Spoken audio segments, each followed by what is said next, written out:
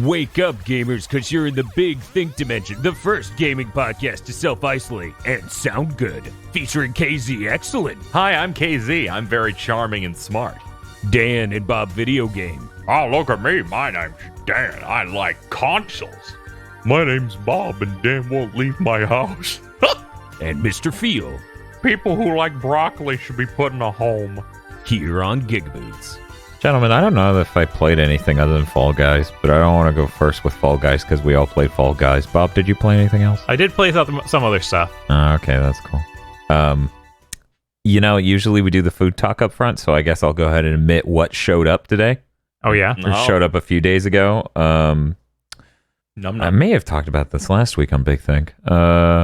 We got candy from, what's the name? Public Displays of Confection. They are over in Tallahassee. We got them to ship us some candy that we're going to eat on GigaBoots Eats, like the lime sour soda candy, the Dill-licious candy, which is pickle, mushroom candy, which has actual mushrooms in it. And then there's forbidden fruit, which is Tide Pod shaped candy. That's funny. Yeah, no. Yes, it is shaped like an Uncrustable. But shiny and transparent, unlike a Crustable, which is soggy and not transparent. And they are not soggy. Don't you put Uncrustables in the oven? Am I insane, or is it? I thought they were microwave. Yeah, I'm pretty sure there's a microwave instruction on that. I mean, if they were like, put this thing that's made of literal white bread and jelly in the oven, seems insane. Like, yeah, you're talking about heating up a peanut butter and jelly sandwich, right? Yeah, basically. I mean, it's like a horrible thing, so maybe it has that on it. I don't fucking know. I assumed it was like a peanut butter and jelly Hot Pocket. Please look forward to the next GigaBoots Eats after this one, where we eat Uncrustable. It literally just is. It's just a Tide Pod filled with peanut butter and jelly in it. Yeah, just like normal Tide Pods. God. Stop being mean to great food like that, Burger King's menu and Golden Corral. Okay, I like Golden Corral, but it's not a high bar. Burger King is shit. I'm never going to stop being mean to Burger King. You get the Uncrustable, Dan. Okay. I'm listening. Then you soak it in custard and fry it in a pan. No! Put powdered sugar on top of it at the end. Yeah, it sounds like a delicacy now. Dan, Bob, I have a challenge. What's up? Yeah. Create your own Uncrustable, but it has to be spam related. Wow, I'm going to vomit. I mean, you can buy like an Uncrustable press that like you make the sandwich You in. can just use a fork. Press it down in the middle. Yeah, exactly. No, that doesn't involve you paying $15 to Amazon. I got a fork in my kitchen. Oh, wow. Fancy. Bob's like, you could buy some form of technology, or I could just punch the sides until they're pressed in. I could use my hands in an actual normal utensil like a fucking balanced human being. Do you guys know what the Fool's Gold Loaf is? No, what the fuck is that? What? No, I need to know It's a this. sandwich made by the Colorado Mine Company. It's a restaurant in Colorado. It was one of Elvis's favorite sandwich. It's a hollowed out loaf of bread, like French bread almost. Yeah. Filled with the contents of one creamy jar of peanut butter. Yeah. Okay. One jar of grape jelly, Okay. and a pound of fried bacon. This sounds It was more like Elvis's. a sinner sandwich. God damn it, Bob. It was Elvis's favorite sandwich, and he spent 2 hours eating them and drinking champagne before taking his private jet home. And there's what a Fool's Gold Loaf looks like. Yeah, that actually legitimately looks like a sinner sandwich. But I'm sure that the dude's not dead from the heart attack. No. He's in hiding. No, the aliens took him, Bob. The aliens took him. Mm-hmm. Definitely not the heart disease. Yeah. This is fucked up. I need to stop looking at this. I don't know. It's looking more appealing the more I look at it. God damn you. Bob, did you play any video games? I did play video games. Okay, what video games did you play that don't start with fall and end with guys? I played Disintegration. I forgot you played it. I forgot 3 times. Now, this is important, of course, because this someone who was involved with Halo worked on this. I had the ability to obtain a press code for this, I think, like a week and a half before launch, which either means really good or really bad. What is it, Bob? This is a game that was on a free weekend, which is good because I wanted to play it before it disappeared because, oh my god, this thing won't last another couple months. Oh no. During the free weekend, I had to sit in matchmaking for always over 5 minutes. It would reset itself if you hit 10 minutes. Usually around 6 or 7 minutes, it would find me a game that has 8 of 10 people to play in. Yeah, the fact it took this long to matchmake and it's only 8 people? Yeah. What? Yeah, Really? no, that's it. The player count has to be absolutely dire. Because this is, like I said, a free weekend on Steam. It's not on some weird service. It's advertised on the front page. But what Disintegration is, it's a first-person shooter where you play on a hover bike. You wouldn't really know it's a hover bike unless you looked at the lore and stuff. You just kind of float around above the environment. Couldn't you just look at the thing you're floating on? Well, you don't really. You just see you have 2 things in front of you, so you could be any sort of spaceship. Okay, can't you then look at the enemies? I guess, but again, they don't really. I wouldn't personally call them hover bikes. Like that's not I what think they're called like grab cycles. Yeah, grab cycles. I wouldn't. Isn't that the name from fucking Tron? Whatever. Light cycle. Light cycles is Tron. But yeah, they look like little mini spaceships, kind of. The main mechanic in this game is not only can you shoot and move in a 3D space by floating up and down, but you also command units on the ground. Yes, because they spent a lot of time when making this game, making an RTS, then pivoted. Yeah, you can tell that it has like half of the buttons dedicated to that. So you can command them to go attack things. You can bring them back to you. And the way they work out in this multiplayer game is there'll be events like capture the flag. And basically, you have to command your units who are always walking around on the ground under you to pick up the flag. And so if they get killed, then that's on you to try and get another unit to pick it up. Instead of you just carrying it like a sane video game. Health bars are very large. Like you can just unload on your other hover cycles for quite a while. Mm-hmm. The art design isn't that bad, but it feels really plain and not fun. I don't know. Is when you die, because you said the time to kill was huge. Yes. When you die, do you come back? Yeah, you still respawn. It's like a regular like capture the flag style game. Like you find the item in the area and take it to the point. But it has like multiple flags. I think I guess it's kind of similar to like the bomb modes in a Counter-Strike game, but you are respawning still. Okay. And this is the only game type which put me in. I think there are other game types. I tried selecting them and went in matchmaking a few times for those, and I never found a single game. So I have to go on what I played. There's also different unit types you get to select from. Like you get to choose different crafts from different like teams. It's weird to like they're like select your crew, and that's like who your ground units are as well as your hover cycle. And you'll have different weapon loadouts with each one. Like one can put down a healing field, another one just has like a bow and arrow style weapon where you charge it up and shoot out a big bolt. And it's a lot slower to fire. And other ones that have like more typical machine guns. It seems neat, but it's so doomed. God. I can't. It's fascinating. Seeing this was really. I listened to an interview with the dude who was making it. It's like the head of that studio. He's like, yeah, a lot of my professional colleagues came to me when making it, saying, "Don't do multiplayer. You have no chance." I mean, apparently the peak of this game's free weekend, the peak was 531 players. That's pretty dire. This thing was on now. Right now, this moment, 5. That sounds about right. Mm-hmm. You can't get a game. But this thing was on the front page of Game Informer last year. Yeah. It felt like the press cycle just stopped after that, and they just launched this game like a month ago without telling anybody.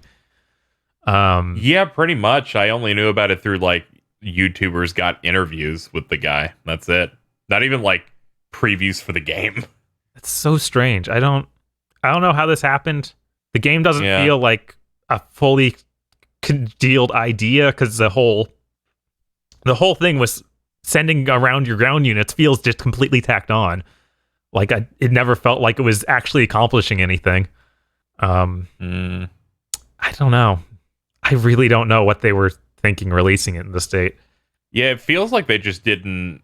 They knew it wasn't going to be that big or great at all, because Private Division published this, and they published Outer Worlds and promoted that a shit ton. Yeah, no, this good reason, but like you can kind of see it's pretty clear they put way less behind this than that. And they also like the last trailer we saw for this way back a year ago or so was like a story trailer. It was like him, or the main character dude, being in love with his motorcycle. I was like, that this is kind of quirky and kind of like Kate 6. I can see what they're going for here.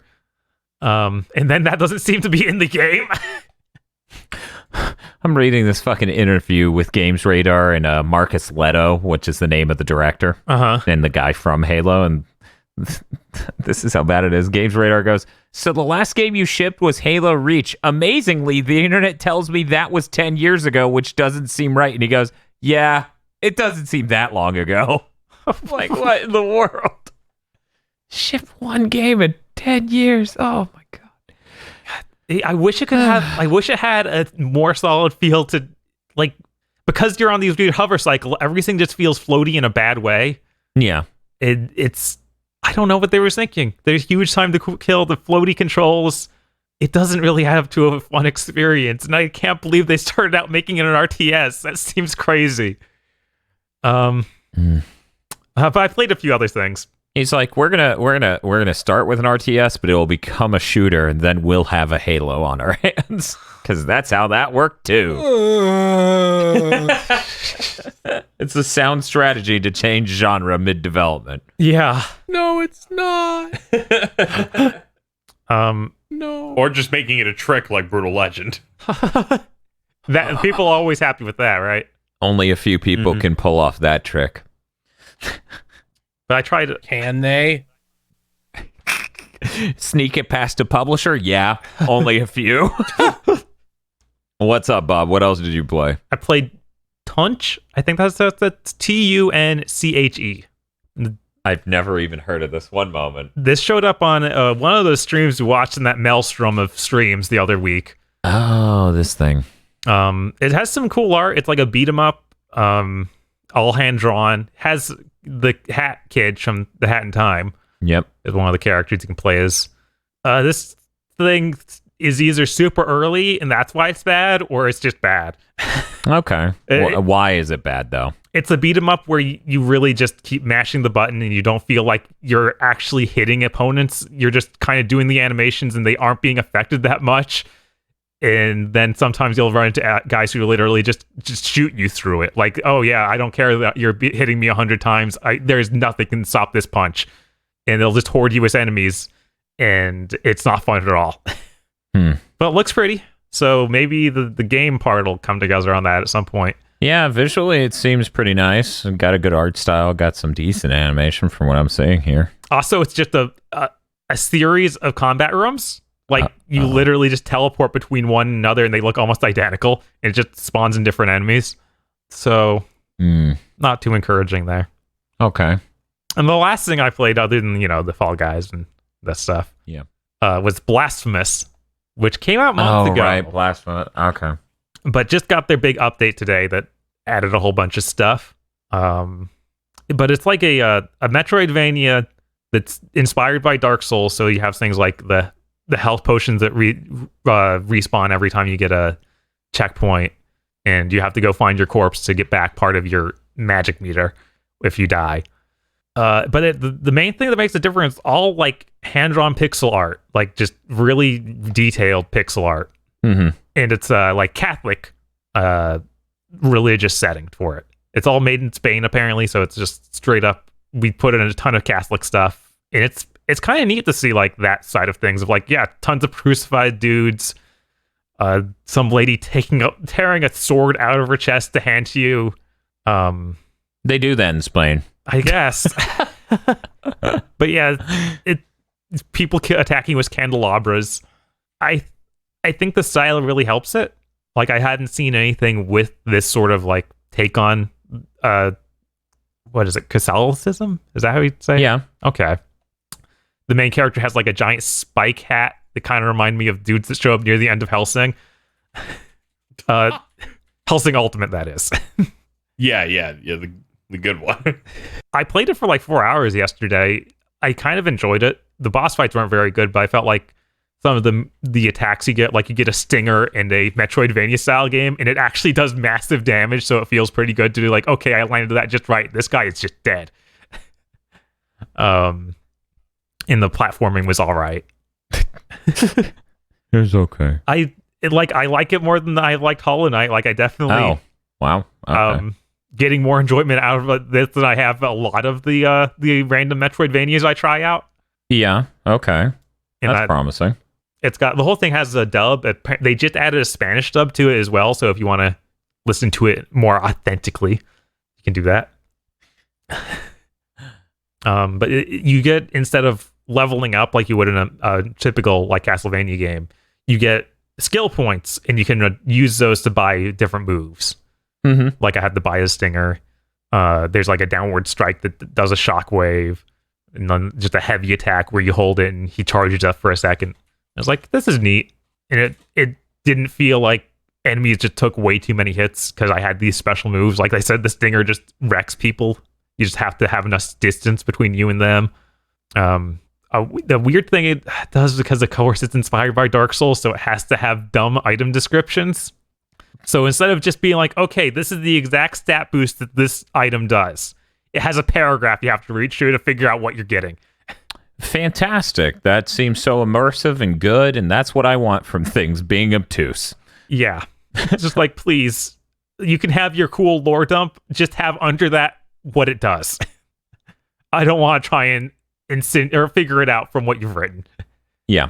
But that's everything I played. I really like the art in Blasphemous. I don't think I would like the game, but I don't know. Maybe I'll give it a chance at some point. You played one other thing since the last time we recorded Big Think, though.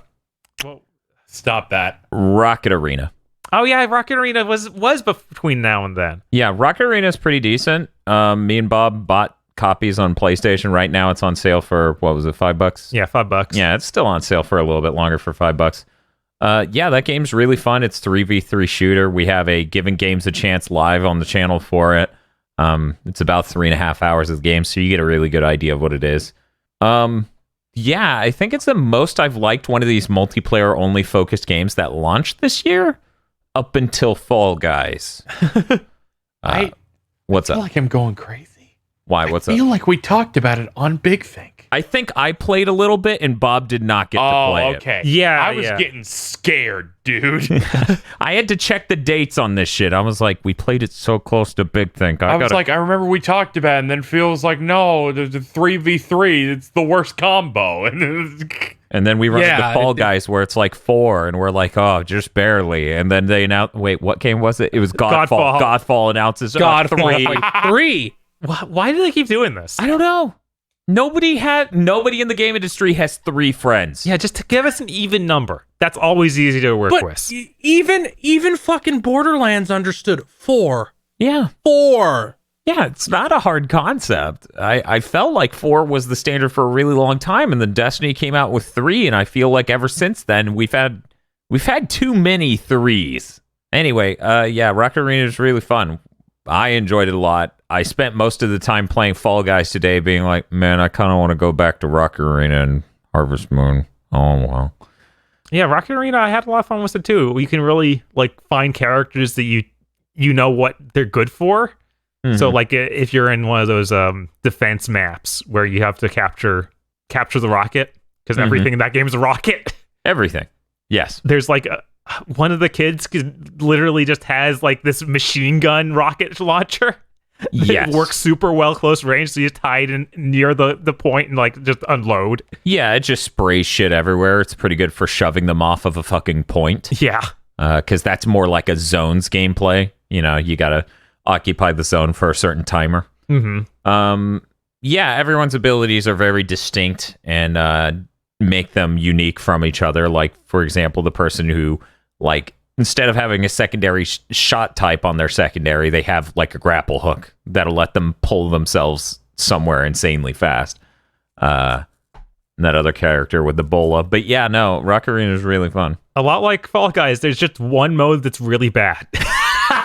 It is soccer. I'm just glad it doesn't have eggs in it. Because it would be horrifying if 2 games came out back to back that were just like, gather the eggs, do them all. Breakfast is canceled.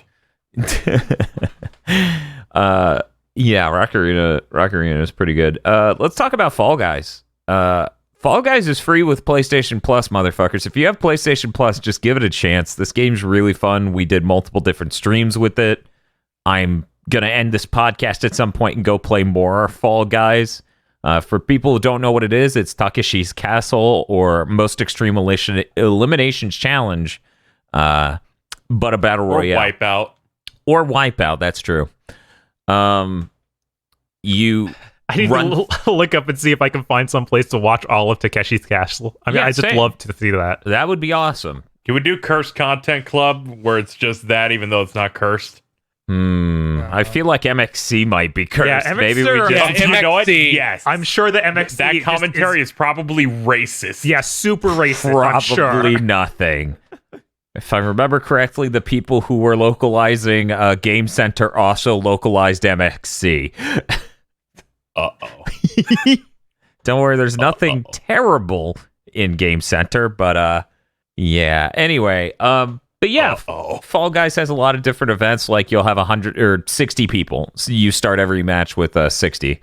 Where round 1 will be something like seesaw. So there are giant seesaws, and you know, if too many people jump on the right side, the whole thing goes completely fucking flipped, and everyone falls into the abyss and has to respawn at the beginning. So it's this constant thing of like, how fast can you get to the correct side of this thing before it goes too vertical and you fall straight to hell? And is the path you're on completely blocked because some asshole won't get off the right side of the seesaw and eternally you're just standing there getting cocked? It has a bunch of modes like that. Really, really fun modes. And then there's eggs. Eggs. But don't worry, it's just one bad game, so I'm sure it's not a big deal. Except for every single episode we did during what is now yesterday, which is last Wednesday's stream, had eggs. It was like every fucking episode.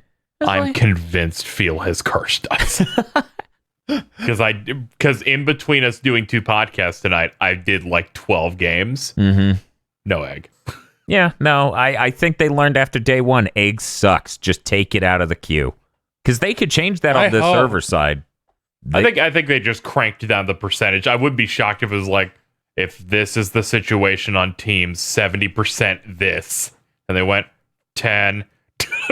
Yeah, no, it's really dark. Still not getting very much. There's a team game in which you have the volleyballs, where it's like they split it into 3, and you have to hold the volleyballs on one side. Yeah. I haven't played that in days now. Yeah, I played that one twice. That and the one where you jump through rings, which is just half the mini games in Banjo-Tooie. I really enjoyed the jump through the rings one because your jump in this game is so feeble, and so is your dive. So you have to run all the way up a fucking enormous ramp over the ring. It's really fun. I think the one that's really bizarre and is unlike any of the others is the memory game, where it only shows you what some of the tiles are.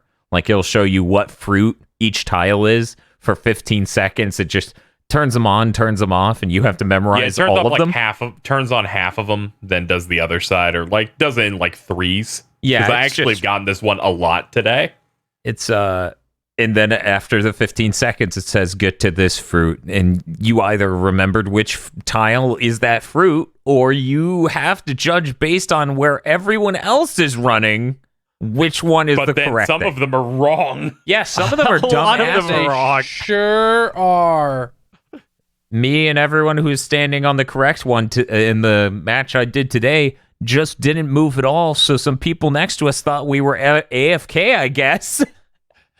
Yeah, that was because if you pick the wrong one, they despawn all the wrong ones, so you just fall. You fall straight to hell, and then you're just eliminated. There's no respawn there. And that one, they just do 3 rounds of it, and then it's done. There's no goal. The most brutal one of all of these is Slime Climb. It's great. Yes. It's great, though. It's this hellish obstacle course where immediately an ocean of slime just starts rising. And if your foot touches that, you're out. You're gone. Yeah, it reminds me of that Donkey Kong Country 2 level Toxic Tower. Mm-hmm. Where you're mostly that snake and the green liquid's just rising. Yes. And it's just it's that only you're controlling something that is just a bag of meat. A bag of meat that has a decent amount of input delay on every jump you try to do. Yeah. I do wish the netcode was a little better. I understand it's a battle royale and it's rough, but I hope at some point the tick rate and other things go up. Also, it sucks being on a PS4 vanilla, because, oh man, I'm 30 frames per second and everyone else is 60. Mr. Moneybags over here. I have a pro. I can't relate. Ha ha ha. Do this, do that. Ha ha ha. Hey, I bought it for a good reason. It was for Final Fantasy 15. Hey, at least Kingdom Hearts was good on it. Yes. Yes. The director of that didn't say, on the Pro, we'll probably get it to run at 60. God, it's gone. God. That's dire. But yeah, Fall Guys, highly recommended. Very excited to play more. I am definitely level capping. It's on my before the GOTY list. It might be in the top half if things, depending on how things go. Depending on how much eggs we get. It entirely lives and dies on how it does for the rest of the year in terms of support. Yeah. I remember... I would like to hope by the end of the year they add a couple of extra games and do some updates that I think it needs. Like, when you get eliminated in a group, the default spectating should just go to your group, so you don't have to search for your friends. Yeah, for sure. And stuff like that, and just quality of life things to make it a little bit easier. I'm going to go easy on the server stuff, because it's like, I don't think they expected it to be this big. Yeah, no doubt. I think it was during the Wednesday stream of it that I was like, if they get rid of eggs in the next week, it's game of the year for me. Like I said, something that ridiculous, because Jesus. They are adding new levels. That. They've already said that, at least. Good. Mm-hmm. Yeah, and then the cosmetic stuff, where there needs to constantly be, like, them feeding you new stuff to wear. See, I feel like it's been pretty good about that so far, and apparently they already have legendary tier stuff. They just haven't put it up yet. That's smart. It's so smart if they just, like... Because if they want it to stay big, they got to keep feeding you, just like Fortnite does. What's the name of that guy in Destiny who only shows up on Saturday nights or something? Ah, fuck. God. Son of a bitch, Bob. Duh. How dare you? That shit just left my brain. He takes coins of some sort. Yeah, coins of 6. Zur. Zur. Yeah, Zur. Yeah, fuck. He had the strange coins. Bob, are you telling me there's going to be a Fall Guys Zur? Yes. If I could What's wear... the difference? Is he just really big? If I could wear Zur's outfit as a Fall Guy, that would be pretty great. Then again, I'm pretty happy with just being an icy. Can we get, like, crossover stuff? Because Steam got Gordon Freeman with a head crab hat. Can we get Kratos? Oh, that'd be good. Yeah, I think Sony has... Can we get Ape Escape? That would be the best. With the freaking the hat? The Peepo hat? Yeah, the Peepo helmet. Now I'm upset. I think this, like, getting this for PlayStation Plus is easily the best, smartest thing Sony's done all year, and also the biggest win they've had. Like, good lord, this thing is a fucking phenomenon. Yeah, it feels like they're just doing it again, just like with Rocket League. Yes. Because they did that there and it exploded. Oh, I forgot that was the thing that started that out. Yeah. That's the only other time I remember them going, this game's out, it's on PS Plus. It's the funniest shit in the world because with Rocket League, their game took off insanely well. And I remember, like, you know, they didn't know how we would do long term yet. But in the first 2 weeks of the game being out, I remember an interview with someone at the studio. They were just like, you know, being on PlayStation Plus has its benefits. Like, we get a lot of exposure. You know, it'd be nice if we sold that many copies. And I just lost it. I was like, I'm pretty sure you're doing all right, guys. I'm pretty sure you're basically Fortnite. But they were Fortnite before Fortnite was Fortnite, weren't they? Like, didn't Rocket League take off before Fortnite? So it was really... they got all the big sponsors, like Hot Wheels got in with them. Yeah, I feel like... I think there was a Fast and the Furious thing. They definitely got the... got the toys to store way faster than Fortnite did. Right. So that comment always was funny to me. Where I was just like, they're concerned about PlayStation Plus eating into their sales, and they're going to be like a hit game on the internet for months. And I kind of feel like Fall Guys is in the same situation of they're like, oh god, we didn't sell any copies and our servers are getting completely demolished. But you know, at least it's selling on Steam. Right. You know? And, oh man, they have to be making money. Our dumbasses all bought fast food outfits. Yeah. I bought both packs. I'm trying to delay that satisfaction for myself of buying the other pack. The fast food pack was only $5. The other one was $10, and it, but it comes with 10,000 Bullseye bucks. I have like 12,000 and nothing to spend it on. That'll change in like 10 hours, but... You know what's better than being a millionaire? Being a billionaire. Oh, that's true. Yeah, I looked at their monetization scheme, because for people who haven't played the game, they give you like 4 items to buy with their currency coins, and then that reloads at each day. So I was like, I get a few of the... I buy a chunk of those coins through the costumes, then a small thing, and I'm ahead of their payment curve. So just playing naturally, I'll always be ahead. See, here's the thing. I might just not buy as much stuff, but then there's trophies tied to buying stuff in the store. So I'm like, uh-oh. And I don't mean with money. I mean with the in-game currency. It's like, buy 10 cosmetic items, but buy 20 cosmetic items. And I'm like, oh, well, I should be buying these. Work towards my goal of getting a platinum, which is near impossible because of a single trophy that says win 5 entire episodes in a row. Yeah, it's the most insane trophy I've ever heard of. In the last 2 days, or in the last day and a half, or whatever. Yeah, it's been 2 days. In the last 2 days, I've won 5 times total. Or 7. I've won 7. One of them you won by stealing my tail in one of the games in the last 2 seconds. Not as cool as me stealing it when there were 0 seconds, but still pretty bad. The worst part is on my screen, KZ's nowhere near me, and my tail disappears and KZ wins. And I'm like, what happened? That's why I had to save the clips and post it to be like, here's what reality is like. God, I remember the other thing. You guys earlier today were like, yeah, we won, and then it says eliminated. And then, yes, I slowed it down. We're doing the team tail tag thing, which is your team has to hold tails, and you can like grab other people who have them to have the tail spawn to you. We were ahead by 2. Mm-hmm. It was in. We said, hooray. I checked frame by frame. The transition to say who won in that time. PM lost his tail, made us lose. Yep.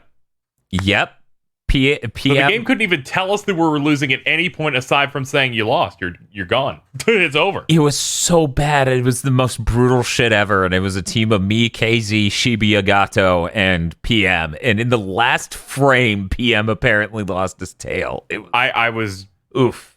I was beyond devastated. I've seen so many clips of that since this game has come out of people celebrating and looking at a you lost screen.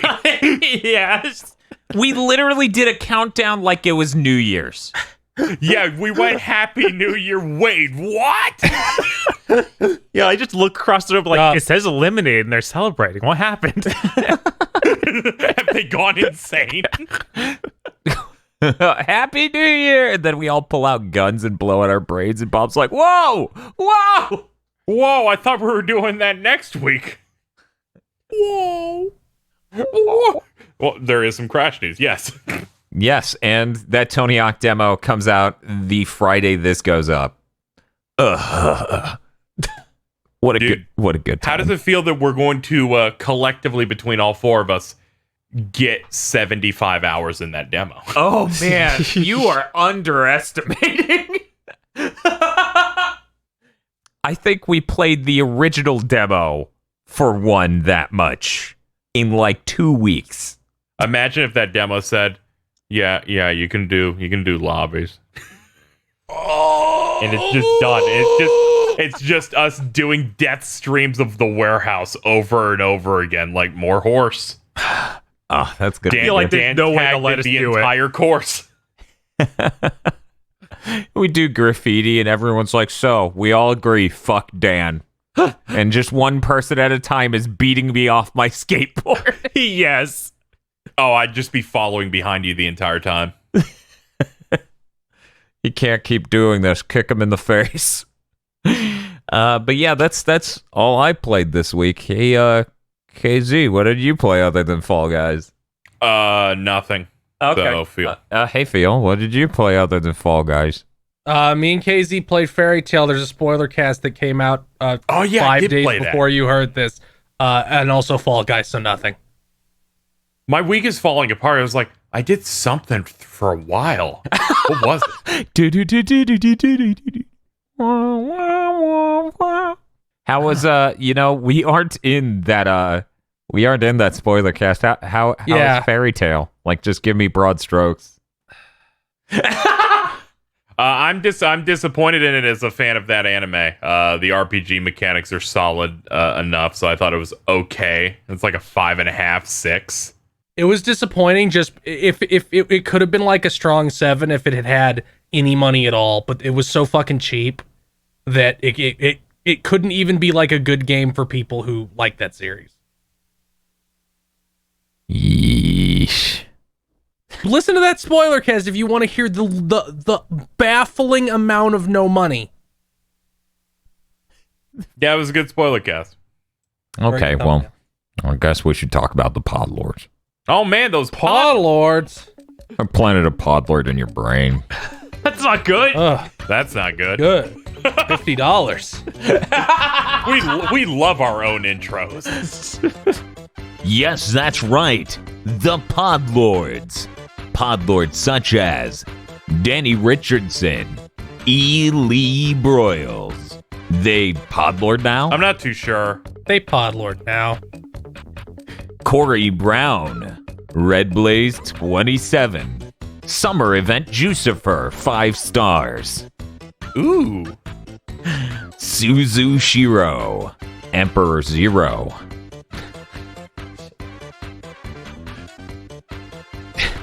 Gonna be real with you, Chief. This hurt me a lot. Damn, it says it all.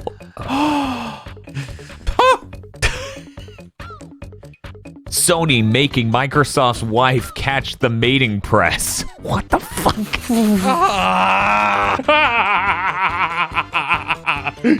Bad, Podlord. Bad. Good one. That's a good one. I'm giving you my seal of approval. I hope there's 85 images of these Pod Lords. I'll just pretend not to do them. I like how many times Casey makes references to editing Big Think, and I still see comments. Man, Dan did a good job. Motherfuckers, I have edited 50 episodes of Big Think Dimension. They're like, but Dan isn't sleeping. Explain that. That's because Dan doesn't love himself. I don't see what that has to do with anything. Exactly. The greatest anime battle of all time. Oh no! Why is Robin Hood T-pose against Sephiroth? The boss randomization in the Kingdom Hearts 2 randomizer does not work very well. The memory shits its pants, and sometimes you use a summon or a mechanic and everything T-poses. Because they're just like, no, we don't have enough here. That's really good. Matty Mo. I have too many Podlord names. It's hard to pick between such bangers. Podlord Bangers. Podlord bangers. Damn, Patreon, where'd you find this one at? God. You should just do the whole thing as that voice. Next week will be painful. I must prepare. I suggest you do the same. Oh no. Was Gary Busey on Tom Goes to Mayor? I assume he isn't. Oh my god. That's an insane thing to make. Another Wii U exclusive escapes its prison. Excuse me, did you just say he was? Yeah, he was. What? Oh, that's what that's from? I'm gonna lose it. Yeah, that's from Tom Goes. Why is Busey in everything? He's like a boys wrestling coach. Could you imagine? Dude, Podlord, you could have not have chosen a better man to make your bit out of. Like, holy shit, no one saw Busey Goes to Narrative actually fucking happening. Busey goes to the narrative. That's fucking whatever. WTF Spider-Man. Oh yeah, and for anyone who missed it, another Wii U exclusive escapes, and it's a picture of Pikmin 3. Great. Now we have eventually going to be the Wii U's only exclusive, and it's a picture of Devil's Third. Yeah, no. That one can stay. That's what you don't think. Know. You have no idea, and sadly, no one does because we lost that video.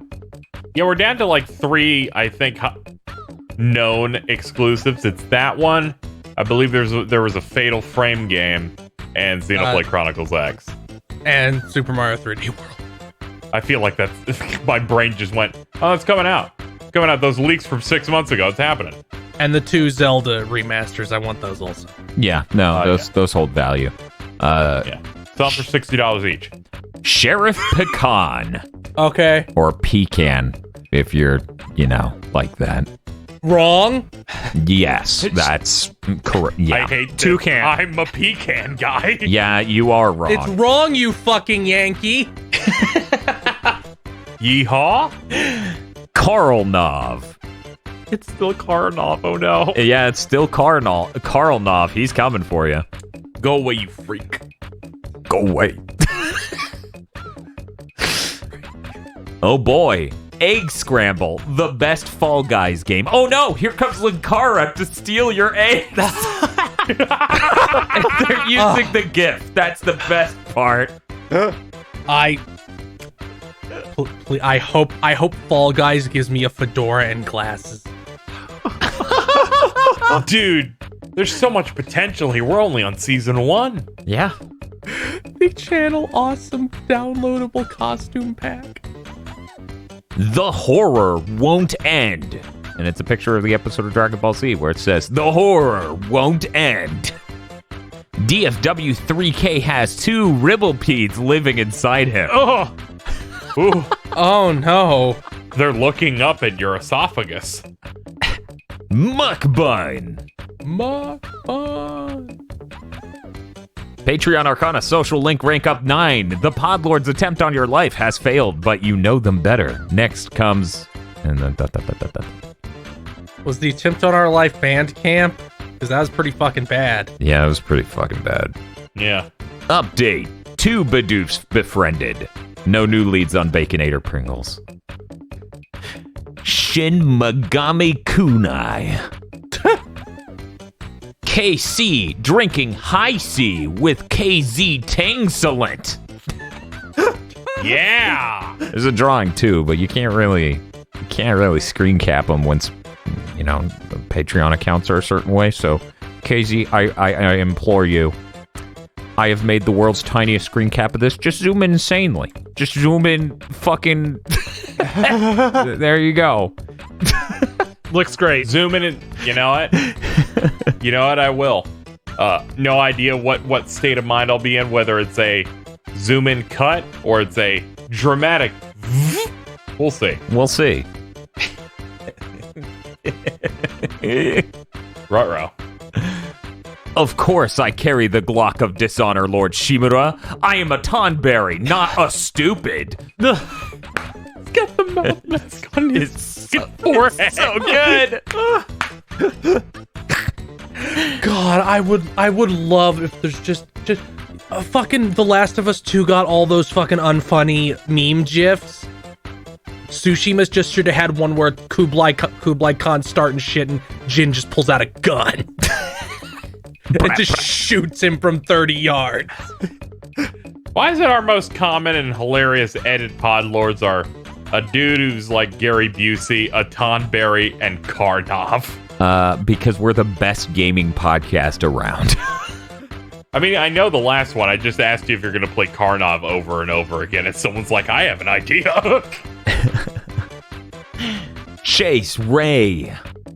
Devil Summoner Raido Kuzunoha versus Digital Devil Saga Switch Edition. Adam here. Please delete the egg event in Fall Guys. Only peace can come from it. Yeah. Really fucking bad. Skyfire Hero is tired and hates working an overnight job.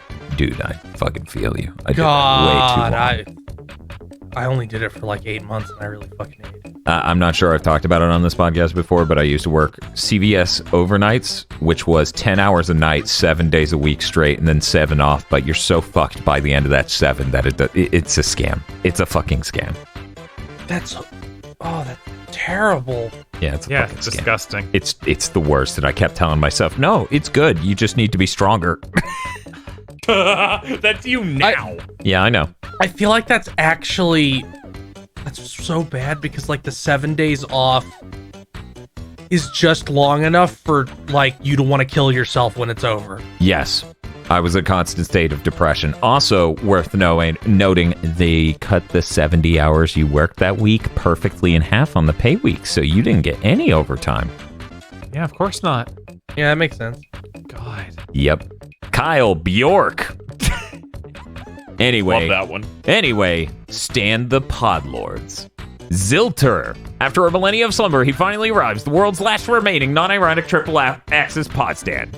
Please, Dan, I don't want to turn into a bee. Signed, Zasterder. Yeah. Zasterder. Ileana Viridian is now a proud GigaBoots Podlord, and you should be too. Zebo 101 is now debt-free, and it's my birthday. Woo! Happy birthday! The image is just like the most smug fucking drawing of Tails I've ever goddamn seen. This is terrible. Yeah, it's pretty good. Like Sonic X. Bug Snacks Raw. Wait a second, does this say you're patron for the last 3 hours? You signed up right before this recording? You got in. Jesus Christ. Maria Kondanzavna Eve. And shit posting to avoid art block. And I'm going to post one. Thank you very much to our Podlords. Thank the Podlord. Look, I have to go last. Look at thanks, Podlords. Thank you, Podlord. Thank you. And if you'd like to become a Podlord, you can go to our Patreon at patreon.com/gbpodcast. For as little as $5 a month, you get a wealth of benefits such as early access to Mondo Cool and Chugging Bleach, our 2 anime review podcasts, Cursed Content Club commentary tracks, Cursed Content by Committee, that's our Patreon exclusive show where you vote on what horrible movie we watch and then we produce a commentary track for that and an episode. Extended armchair dev pitches to go along with our show Armchair Devs, and many other benefits possibly. That's patreon.com/gbpodcast. You know what? It's terrifying. What? Something I didn't think would occur this week when there's no price for either next gen consoles. 4 pages of news. 4. I'm excited. You did this. Bob went in hard. He has over half the news. You know what you weren't expecting? The Tallarico Power Hour. That is... Open with this. I'm so excited. Oh God, you're just gonna fucking stroke out and die. That's why. That's how this segment's I want gonna to go. lose all my energy here, so for the rest of the show, I'm just like Powering down. because neither me nor Phil has engaged with this at all, except knowing it involves Tommy Tallarico. Yeah, why would I engage with a scam? So guys, let me explain what we're going to talk about. We're going to talk about the new game console that is shipping sometime soon. April 21st, Allegedly. Backed by Tommy Tallarico, known video game composer. And it's called the Amico Intellivision. They did an hour and 20 minute live stream showing off, or a YouTube premiere more accurately, talking about the new game and its lineup of the new game console and its lineup of things. We need to describe what the system is, though, Bob. Let me see if I have an image of how the controllers work. Oh no, I don't. These gentlemen need to know what the controller looks like, Bob. That is absolutely integral to wrapping your head around the nightmare. I'm staring at the Big Thing channel, waiting. Brace yourself. I want you to grab the fucking arms of your chair or your desk itself like you're gonna fucking hold on for dear life, because this fucking segment of the news is gonna kill you. Okay. I am. All right. Gonna be a Wiimote with spikes on it. It's gonna be a Wiimote with a screen. Okay. So just to be clear, this is a TV console. You use it on your TV. Oh, why do you have to? Okay. These are the controllers. They have rotary dials and buttons on the side and screens. This is It's an iPod. You know, you can make your controllers look like whatever the fuck you want when this thing is never shipping because it's a scam. I want this. I want the wood one. Oh, well, I'm very glad that you're so excited about the Amico Intellivision, because I've saved some images of some of the games they showed us. Oh yeah, are these all like launch lineup, or is it like they're sprinkling these over the year? It sounds like these killer apps I'm about to show you pictures of are in fact games they're lining up for launch. Okay. Ooh, shit. So they're gonna have more launch titles than Xbox Series X? Some are even packed with the system for free. Yeah. Wow, I guess Microsoft's done. Because the number one thing you need to remember is, even though you only ever see 2 controllers, it's up to 4 controllers, 4-player, and it's family friendly. In fact, every game on the Amico Intellivision is E10 plus. E10 plus. Yep. I think Sony might also be done. Yeah, they're done. So, Bob, I'm going to post this image, and if you remember the name of the game, please say it. Sure. Casey, you need to include this in the podcast. I know. This is important. So this is one of the killer apps for the Amico Intellivision. I think this is Astro Smash. This is Astro Smash. I've been to Newgrounds. It's up to 4-player, and it dynamically changes the difficulty based on how many players you have. We also have this game, which had a name so bad, Bob and I had a stroke because we refused to believe that's what it actually said the name was. All right. Bob, do you remember? It was like Armor Battle? Yeah, Armor Battle. Because it's 2 games from the Intellivision combined. Mm-hmm. I like Action 52. Does Tommy Tallarico listen to Armchair Devs? Doubtful. Any Armchair Dev pitch would be better than these 2 games. Before we go too deep into this, I think we should mention how Tommy Tallarico opens the ceremony. Please let me get through the game images first. Okay. Please, we only have 2 more. I need them to be sent because those last 2 images don't prepare you for the next 2. So this third one's a pretty cool platformer. Yeah, he hyped it up. This is the first platformer for their console. Oh!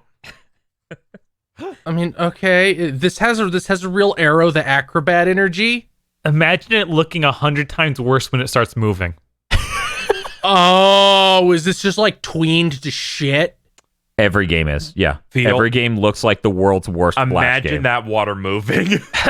Because I am, and it's killing me. And I think they said this is like called Fennekin Fox. Yeah. Which I'm like, Fennekin? See, it's just be the name of a Pokemon. It is. It's the name of the fox starter in X and Y. I have a game on Steam that looks exactly like this, but is entirely sprites. Like the UI, and you're a fox. And let me look at the name and see if I can find. Is it Tanglewood? Gap. No. Okay. So here's the last game I'm going to show an image of, but they had many games at this event. These are just a select few. They all look this tier. But here's the weird thing: you might notice this one's 3D. I think these might be the same game. It's so bizarre. What is this? Bob, do you remember the name of this one? This one is a classic game remake, Moon Patrol. Yeah, this is Moon Patrol, you guys. It's, My God. in television classic, brought to life again in stunning 3D. They got the original creator to come out and say, yeah, with the original game, we tried to make it like 3D using parallaxing.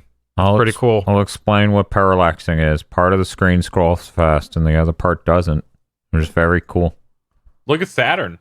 So look at the screen cap of the game Fox and Forests from Steam. Okay. They said that oh my God, they said that they had another game that they were working on.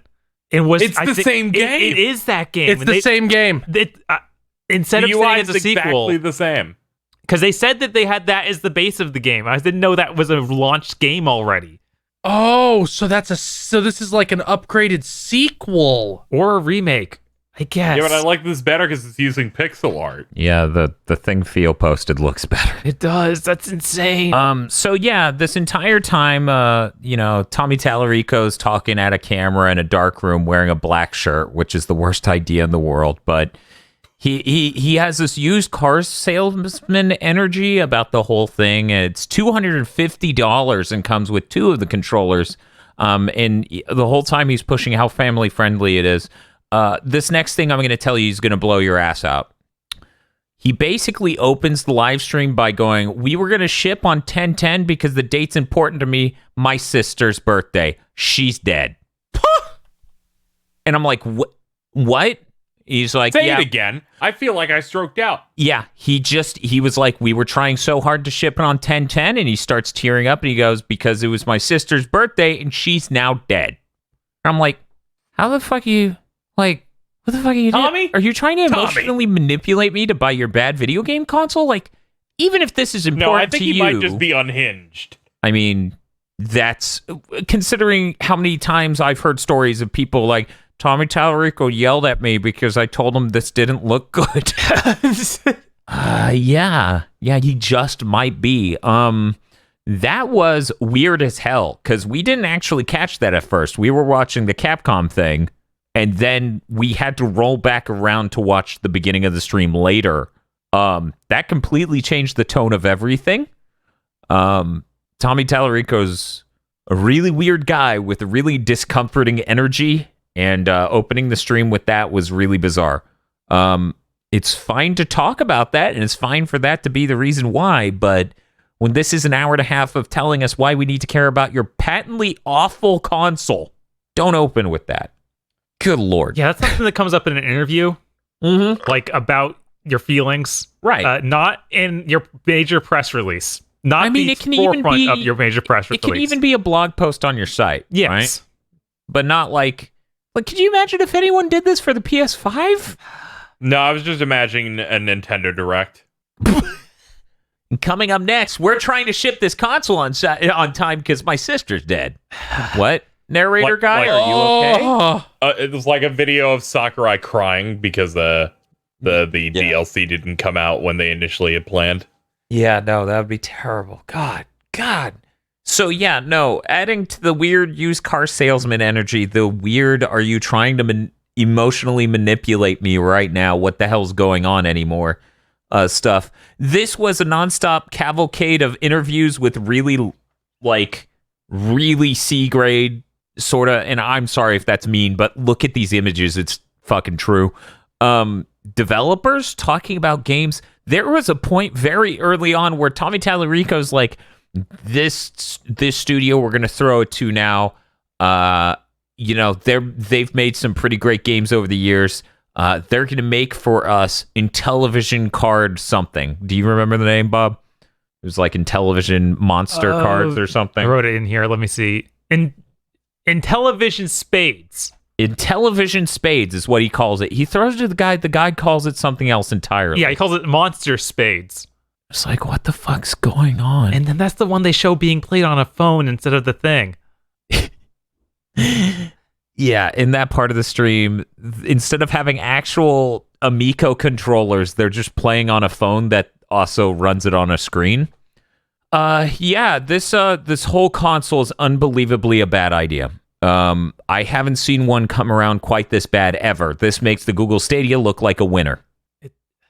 The immense boomer energy it has. Every 5 seconds, it's like, it's for the family. Remember the old days? It lets you play with your whole family. No other platform lets you play with the family.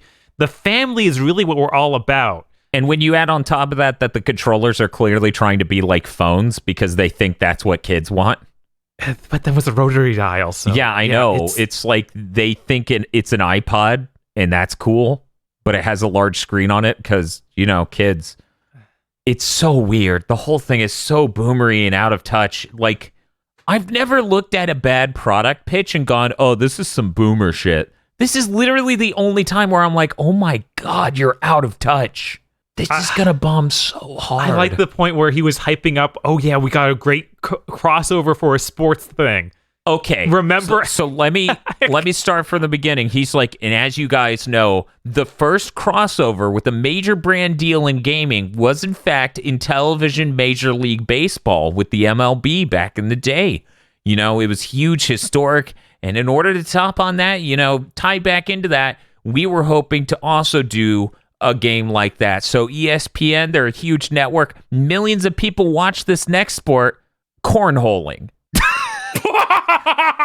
And then he brings up... You gotta be fucking... No, I'm not kidding. He says this with a straight face. He says it with a straight face, and he's like, the American Cornholing League is doing a game with us, and it's real. And then he starts showing video, and me and Bob look at each other, grimly confused. It's gonna be real hard for me to not send you a file called Big Think Dimension number 81, Tommy Tallarico's Cornhole.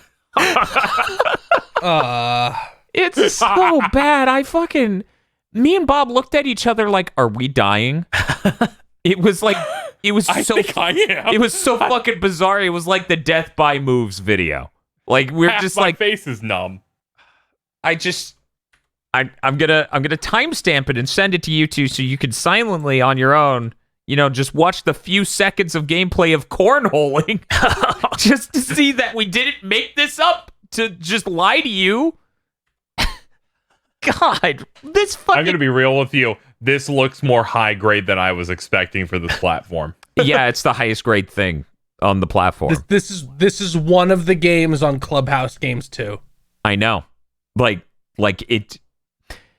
Oh God, you're right. His shirt with the background is not the bit. No. It's so bad. It's unreal. The TV was really doing a lot to make it look better, but if you watch it on a monitor, it's like they tried to green screen out the background. His it head didn't floats work. in space. They put background effects in the margins where they successfully green screened out the background. They had a lady come up who was like, "Hi, I'm part of Mattel. I liked the Intellivision. That was important. Okay, bye." Do you know about family?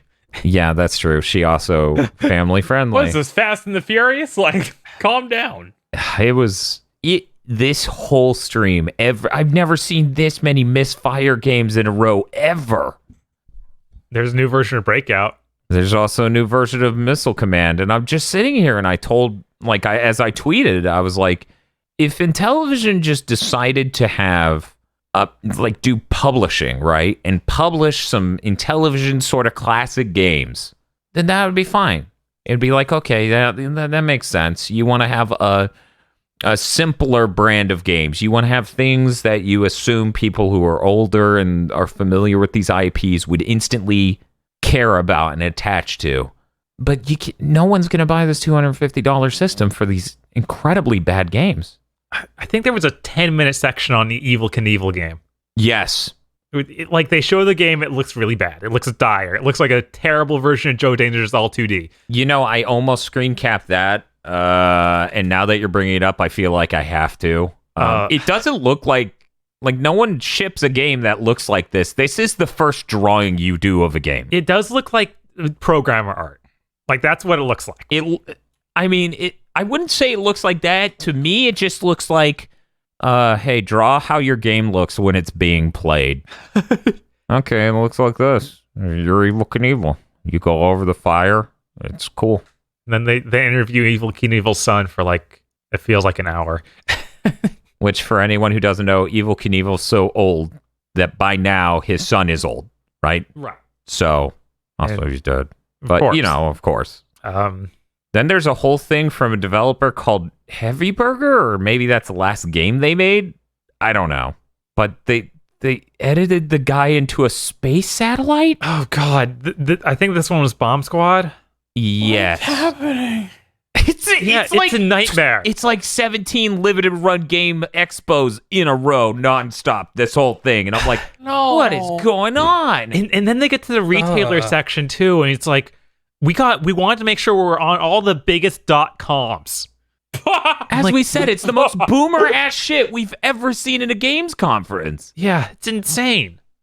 They also got the exclusive at GameStop.com for this purple version, which is $300 because it's purple. Because it's purple.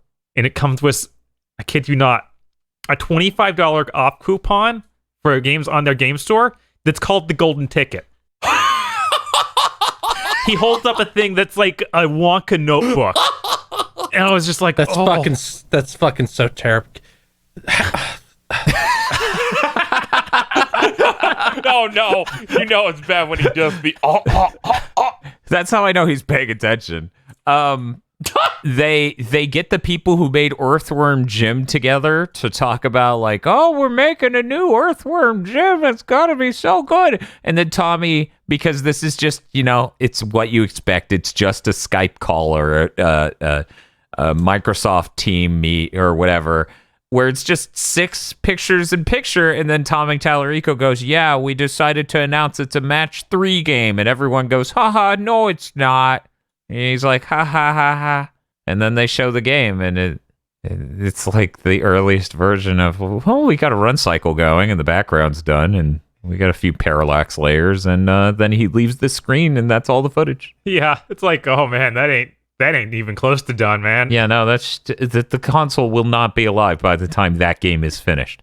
But it pops up only on Intellivision Amico. I'll play it on PS5. Also, the intro to this whole thing, I believe, or maybe it was the end, he's like, yeah, me and this guy back in the day, we made Electric Playground. I think that just comes up inside the Bomb Squad thing for no reason. That's true, and then they just show clips from Electric Playground. I was about to say, what, did Victor Lucas show up? No, it's not Victor, it's some other guy. Squad. The code. Figure out the code. It won't be easy. I want to also bring up Space Strike, which they said is like Rocket League. Then they showed it, and it's awful looking. No, I'm just going to show them the picture because how many times they were like, it's like, and keep in mind, this is Tommy Tallarico saying this. This isn't some random person. So now Tommy Tallarico saying this is stuck in my head forever. He goes, yeah, it's like modern cool games. It's like Rocket League crossed with asteroids. And I'm like, what the fuck does that even mean? What the fuck does that... You know what? A picture doesn't do it justice. I will include the timestamp for this in the fucking description. Guys, feel free to check it out. You two, just click that. Watch a second. Sure. Like fucking... That's like Rocket League? Yes. Well, you're throwing that ball at each other. That's you captured the essence of Rocket League. There's a ball and 2 goals, but It's just Pong. it's just fucking. It's just Pong with tethers. guys. I mean, this seems like it could be cool, but it's not Rocket League.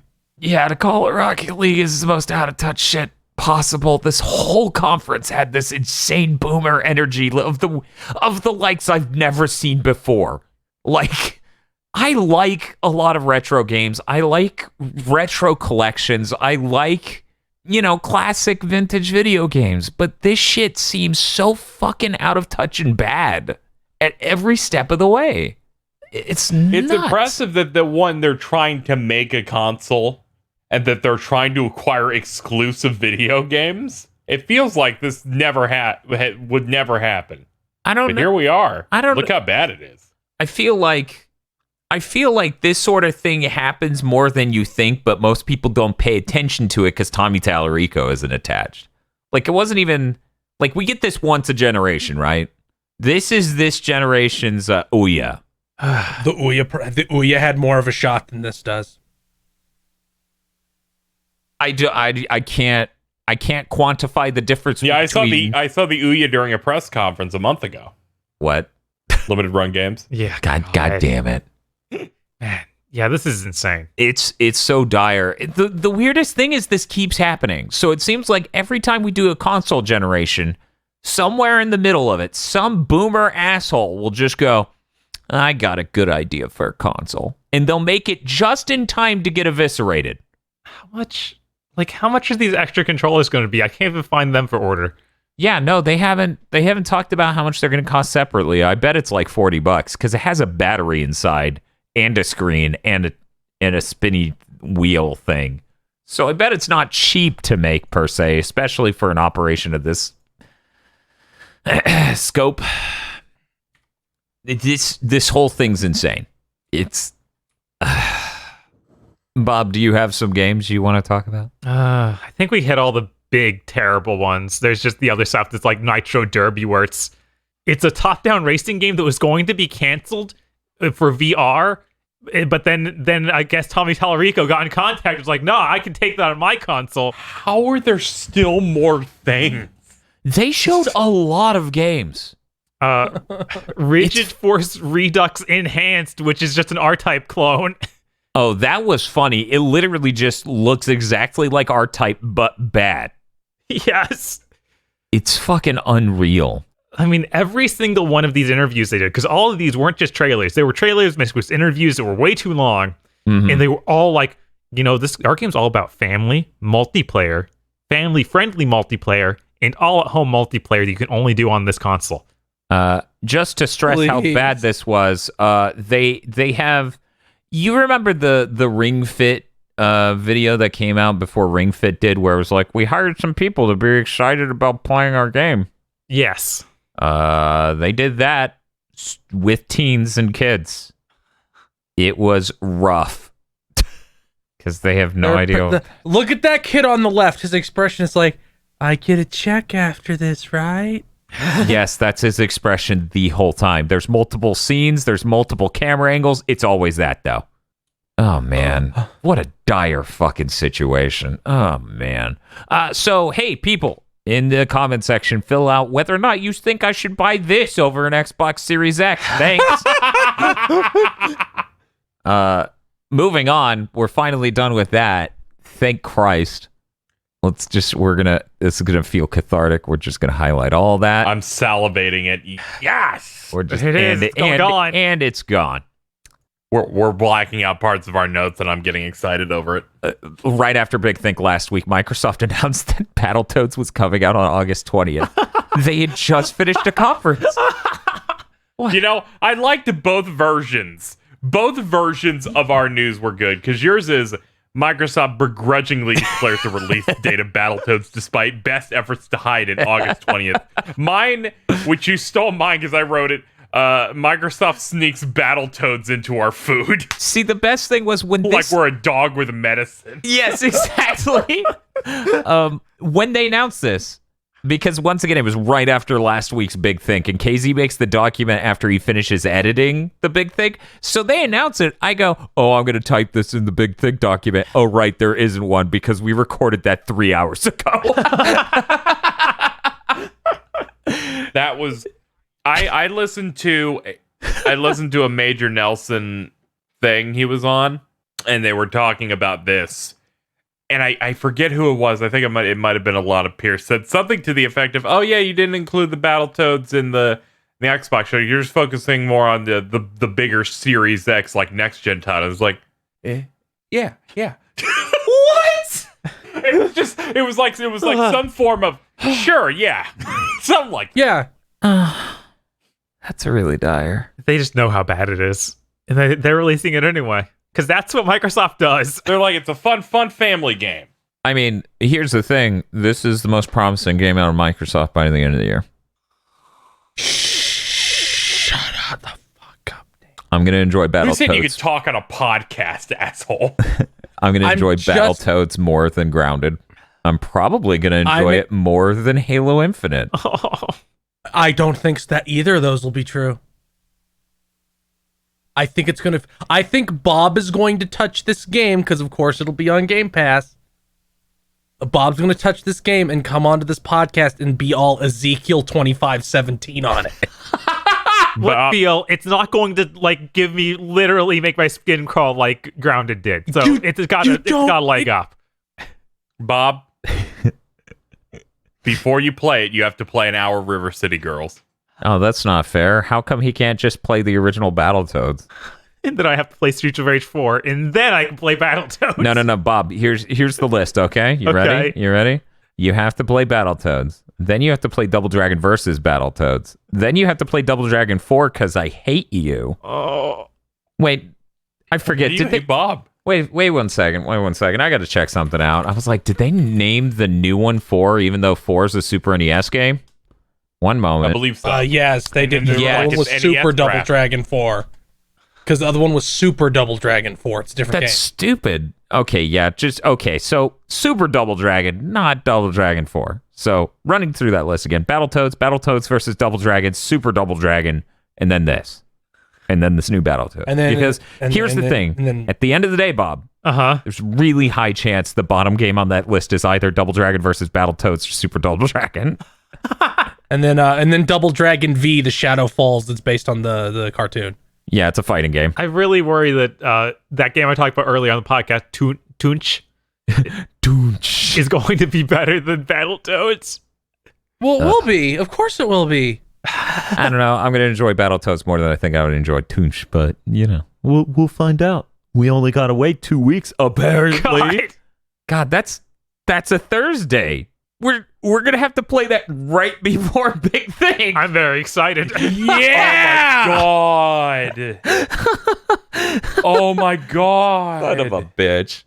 Also, Bloomberg. Moving on. Bloomberg reports that sources at Sony, specifically the PlayStation division, say their next major PS5 announcement is this month, but they aren't talking about it yet. There was also a 4chan link that predicted the state of play that just happened last week, but also expanded to say, hey, we're going to get more news about the PS5. I believe this was the same leak that alleged that there is a hardware update, like a spec update or something, and also that Digital Foundry is doing a thing on the PS5. So this is a good month. This is looking like this is the month. Hopefully. Please. Yeah.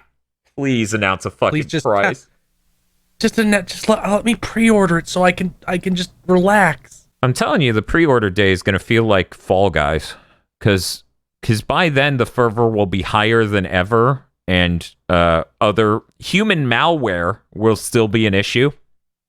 So everyone's just going to be rushing you as you go to pick up your PS5.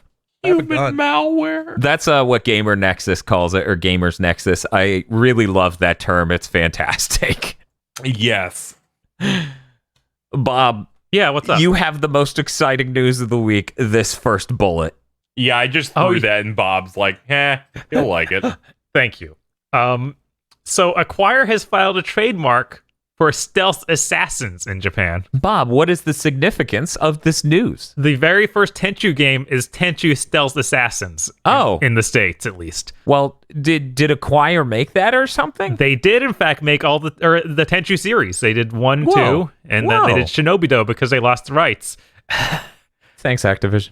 Activision then selling it off to FromSoft. It's like, oh, now it's just in the dungeon. We're just passing it around like bullies. And Activision's just crying in the corner, like, I guess I'll make Shinobi-Do. People want this, right? Or Acquire is, rather. Not Activision. Yeah, not Activision.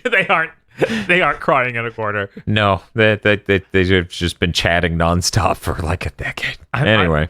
I'm really excited. I want them to work on a new one of these. Yes. I think that some of the Shinobi-Do stuff had a cool basis, but they could not get an engine working. So maybe this will just be like, hey, we could brute force this on PS5 and it'll run okay. I love Shinobi 2 on the PS Vita. Like, I was a huge fan of that game. I was like, man, the Vita justifies itself when I can get games like this because it has the 3D capability to do a game of this scale, but not demand a game of a PS4 scale, right? And that there was an excuse. Let me tell you about Shinobi 2. It had this brilliant... It tried to get too smart. And it was like, our story mode, you can pick up missions from 3 different shoguns. And, you can work for some of them, but the moment you help crush one of them, the other 2 get more powerful. So the levels will get harder, and then there's all these other mechanics. I'm like, you idiot. I'm just going to play these 3 against each other until they all die. Yeah, Dan had this real strat. I broke that game open. It was hilarious. I was like, that game stopped being difficult like 2 hours in. Because everyone stopped running out. Everyone ran out of food to feed soldiers. It was fucked up. Like, it was really good how you could watch these shoguns just completely waste away. But yeah, I thought Shinobi 2 was pretty good. Shinobi 1 never came out of the States. Shinobi 1 had a huge focus on like physics stuff, and I thought it was really cool, but then it felt terrible. I was really weirded out. PAL. Yeah, it came to the PAL region, yeah. Right. I was really weirded out when Shinobi 2 didn't involve any physics stuff. But yeah, really excited for them to get the rights to stealth assassins. I hope that it just literally stars Ricky and Ouya. Just removing syllables. Yes. Jesus. That's intense. That would be bold. I like how Tenchu, it's Tenchu Stealth Assassins, then Tenchu 2 is Birth of the Stealth Assassins. Yeah, it's a prequel. They needed to make that clear. Weren't we saying that the Japanese name for Tenchu involved the word, like, cinematic action? I think the description of the genre is that. Okay. Something to that effect, where it's like, yeah, cinema's in there somewhere. And they should call it Wrath of Heaven, Stealth Assassins. Yes, they should. That'd be really good. But yeah, I hope they do something with this. I hope this isn't just a random acquisition. It's great. This next news made me want to take a drill to my head once I actually experienced it, and I guess it's time for Field to experience it, unless he watched it earlier. Is this the song? So Devil May Cry 5 is apparently leaving Game Pass this week, and Microsoft made a Game Pass music video. I shit you not. I didn't believe it either. To show, I said it, and you're like, no, this is the shit post. Yeah, I was like, no, this is a shit post. I'm looking at the thumbnail. I'm hearing the shit you're saying. There's no way this is real. They made a music video to describe games leaving Game Pass to emotionally prepare you. It's like, and this isn't even the first time. Apparently they just plan to roll this out every time. So yeah, here's a link. It's fucking so bad. I don't understand Microsoft's marketing for Xbox at all. I'm gonna click this. Here we go. 3, 2, 1. Watch a man melt in real time. They use Comic Sans. Ha ha ha ha! Funny. Dude. It's also pretending to be made in Windows Movie Maker. Isn't that funny? This feels like early internet videos that would burn the PS3 for being bad. You know? Where people would try to do their white boy rap against how Sony lost good games. It just feels bad. You know what? You know what'd be cool? Hmm. You don't have to say goodbye to your games if you don't get a shitty subscription to Game Pass and just fucking buy it the way the industry worked for the past 40 years. Yeah, I should sort of describe the concept of this video. They're literally singing about how you say bye to games on Game Pass and how they leave your library, so you need to cherish them. It's like, this isn't a video you make about your own product. Right? It's literally It literally said, play your favorite game again before it leaves. Like, who does this? Imagine Sony did this about the PS5 and they're like, you still can't play your PS3 games. We're not gonna give you back compat. It's like, what the fuck are you doing? Yeah, it's like fucking, when did they bring back Kevin Butler? It's just like stabbing himself in the chest. He just snuck in to sing this. Dude, Kevin Butler would be a great marketing campaign for literally anyone. Xbox wishes they had a Kevin. I know, isn't that fucking weird? If they made a Kevin Butler that was making fun of how bad they were, that would be an improvement over whatever you call this. I don't know, because they kind of are doing that with, like, the Xbox executive having the fridge in the background. Microsoft can't self-depreciate until they aren't terrible. But see, here's the... well, okay, one, I agree with that statement. Two, Kevin Butler self-depreciating is them talking about how bad they are at leaking price cuts, right? And it's just like, he's in a room full of a bunch of marketing shit that says the new price of the PS3 is $299, and he's like, what? Can't hear you. Nope. You can't trust everything you read on the internet. That's how World War II got started. And, like, meanwhile, over at Microsoft, charming song about how games leave Game Pass. What the fuck is this shit? Whatever. Bob, tell me this PS4 accessories compatibility thing that's lit the internet on fire. Everything's lighting up with this news. It's hot. Boiling. I'll go through the ones that aren't making people go crazy first. Okay. You know what? Here's how we're going to do that. Okay. You ready? I'm just going to take the important thing. Okay. Because we know it by heart. I'm going to throw that at the end. There we go. Great. So, officially licensed wheels, fight sticks, and flight sticks are going to work. Like Okay. PS4 and PS5, both of them will work on PS5 or PS4 games. Okay, cool. Yeah, that makes sense. I want to use my fight sticks on the PS5. I want to use my Gran Turismo wheel on the PS5. I want to use flight sticks. Okay. This is better than it has been in the past, actually. Yes, because that's always a concern. Yeah. Headsets that use USB or an audio jack will work. So that's great. That's what everything's designed for, basically. Okay, so give me an example. What's a headset that falls under this? Is there like a Sony Pulse? Is that Pulse thing? The Platinum and the Gold, those use USB. Those are wireless USB devices. The weird thing is they say the headset companion app for those two doesn't work. So I have to wonder if that mean they're making a new app or losing the features that I offered. I don't know. That's weird. That is strange.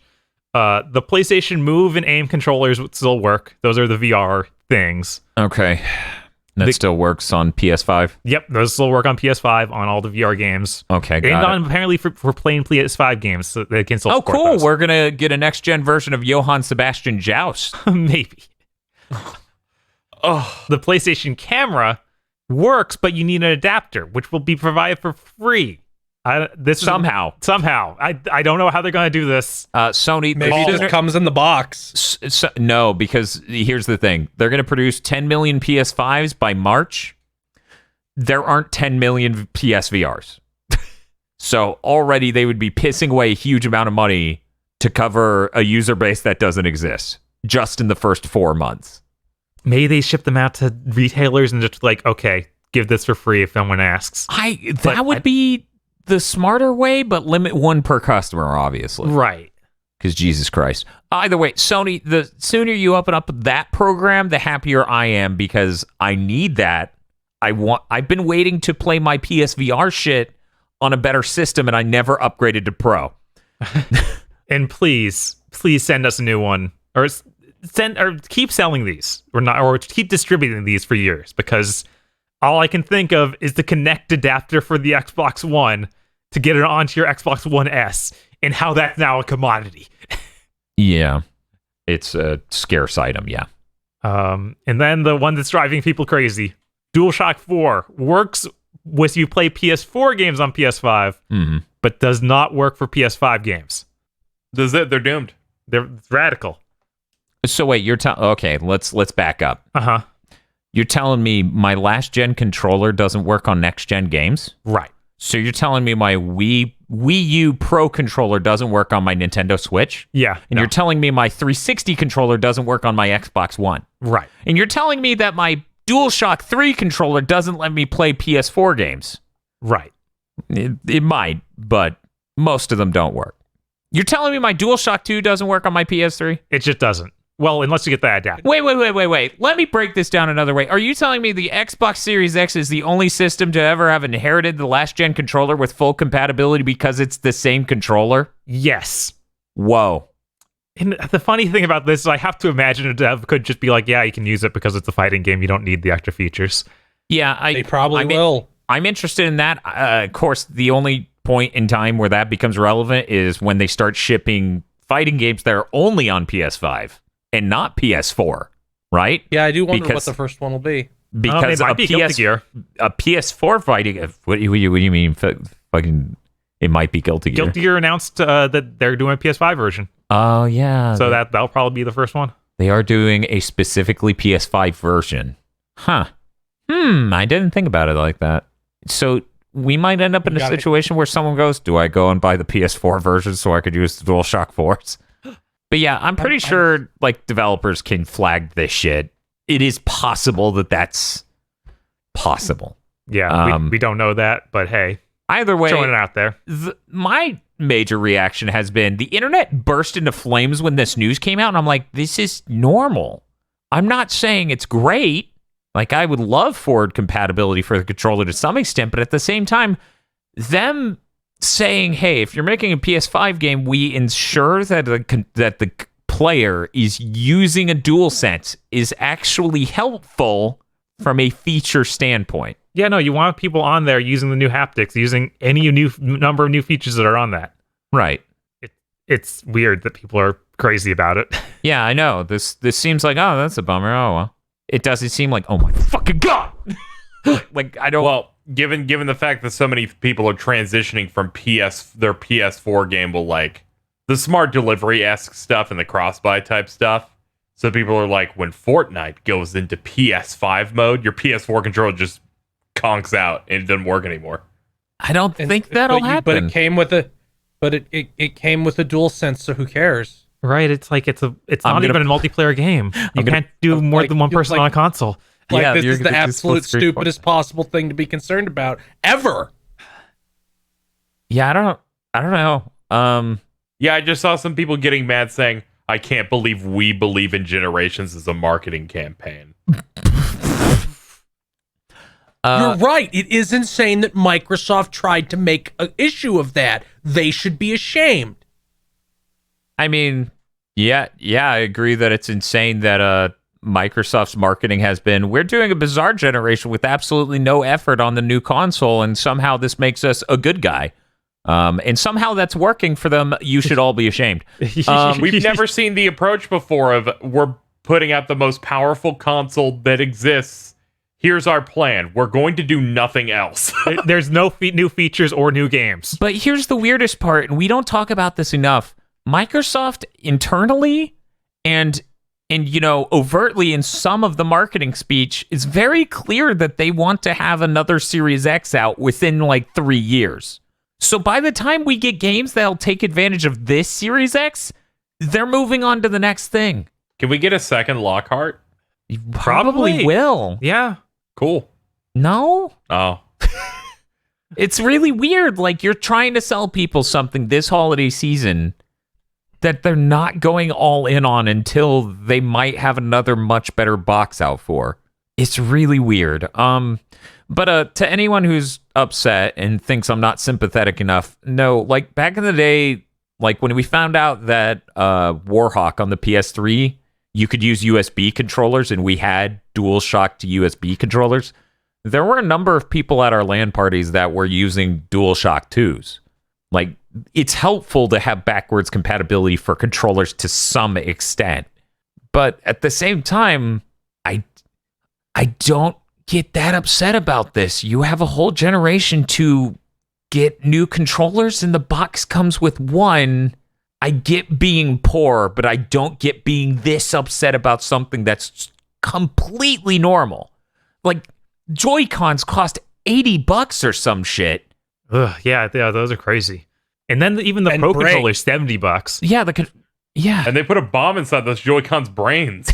They did. Correct. They did do that. That is real. Yeah.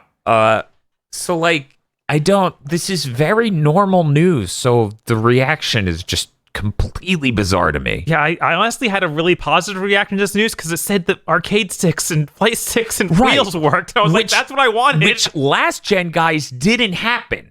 just so we're clear, your PS3 shit, most of it didn't work on PS4. Same for 360 to Xbox One.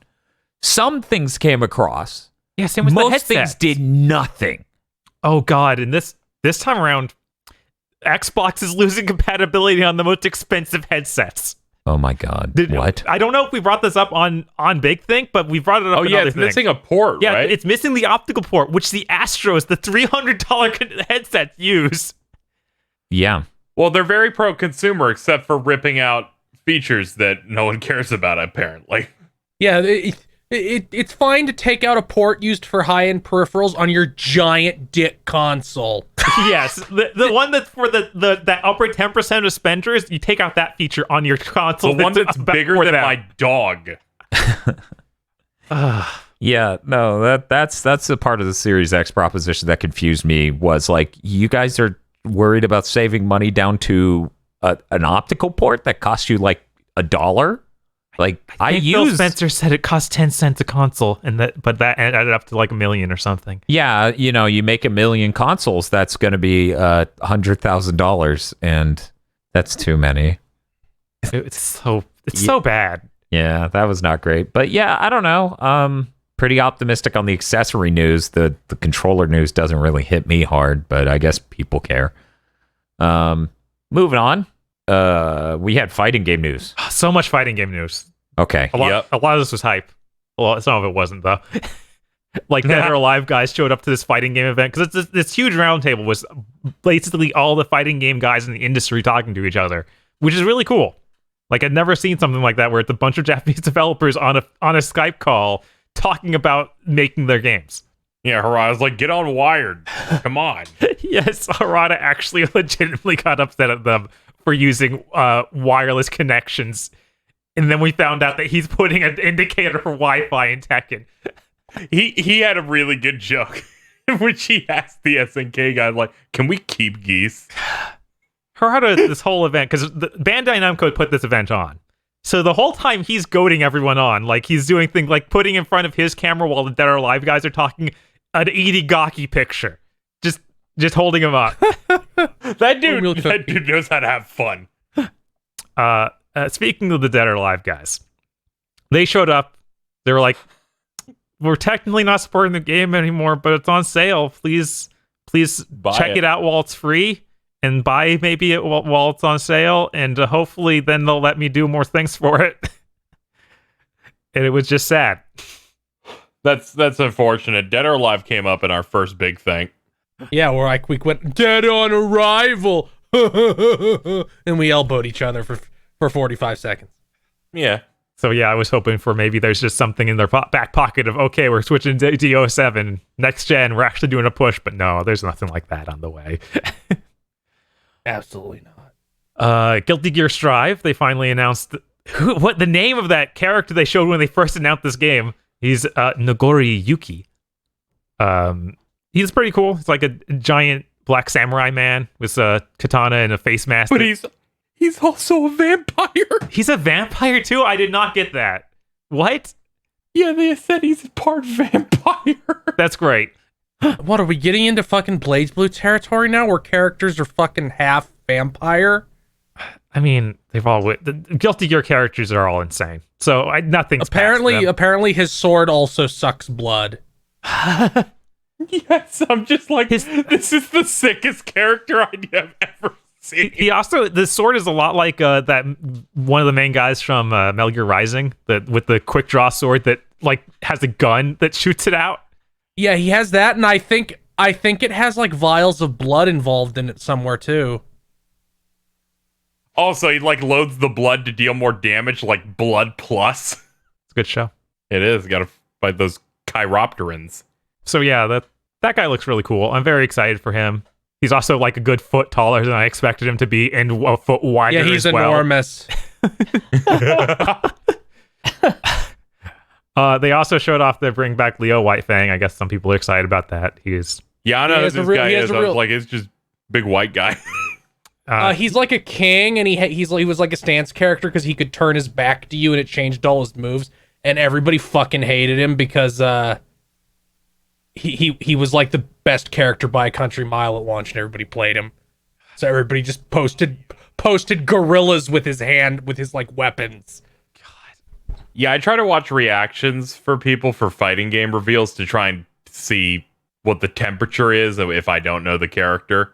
And it was like 80-20 in favor of no. Yeah. It wasn't 99-1% like it was when Blanca finally got into Street Fighter 5. But Blanca's great. People are like, no, fuck Blanca and his stupid ball. But yeah, I always thought Leo Whitefang was pretty lame in general, but I can see people liking him. One of the guys who was there at the announcement event was like, "Oh man, this is great," because he apparently was the Leo Whitefang main, which I guess means he was just a really average dude. But yeah, I hope that Guilty Gear Strive is good by the time it launches. It's supposed to be out 2021 in spring. Last time we played it was terrible. Just please have a normal fucking lobby, please. I will not buy your game if I have to clash swords in the 8-bit beat-em-up dimension to fucking fight. I wish that was the only problem. I really do. We also heard about Tekken 7 stuff, guys. Yes. Yeah, that was pretty cool. They're doing a whole new Season Pass 4. It's going to have balance update, new moves, online enhancements. Ooh. Which Harada's saying it already uses rollback, but it's supposed to be like a more accurate version of rollback now. Let me explain, Bob. Mm-hmm. Core to these online enhancements, they're just going to have the online matchmaking be aware of whether or not you're on a PS5, and it's going to go, get ready for the next, you're already done. And then you're going to be in the match. The way he explained it is like it has rollback, but the way Tekken does like 3D fighting compared to traditional 2D makes it a bit more complicated with animations and stuff. Yeah, I'm sure. Also, he's like, 60% of you motherfuckers are on Wi-Fi. It's your fault. Yeah, now I have a labor. Now we have the mark of the beast. That's good. We can just stand. Like, no, it's a scarlet letter. With it. Yeah, exactly. Just be I like, mean, if oh, these they're Wi-Fi beasts. every fighting game next gen, just have an option, no wireless players. I'm really glad that like Harada's pushing for that. And they're doing this conference thing, so I'm sure that they're trying to get out, hey, everybody should have this. Yeah. They're doing a whole new online ranking system for next season. It's called Tekken Prowess. It seems to be like a huge number you build up. I don't know exactly how it works. I don't think they've actually gone into the specifics of it, but I'm excited to see how that turns out. And then at the end, they teased a new character. It's like this character. Baki. Wait, what? It's not Baki. I hope it's Baki, because he's like, I'm considered it. I know Baki's popular in Japan. Is he popular in the West? I'm like, yes, please. Please, actually don't put in Baki, put in Yujiro, but put in a Baki character. The character tease is clearly like a feminine-looking character standing on top of pagoda, looking at the Mount Fuji. So people are thinking it could be Kuni, I think is her name, that's showing up in Tekken Tag. Or it could be something totally new, or it could be a crossover character. Who knows? I'm excited. Rick from The Walking Dead. Jeez. He's going to take out the walkers. Somebody was on Twitter was talking to Harada of like trying to get him to put in Sam from oh my god, Kojima game, Death Stranding. and he's just like, well, if I put him in, then it'd be like he's fighting the Walking Dead guy, and I don't think that would really work. I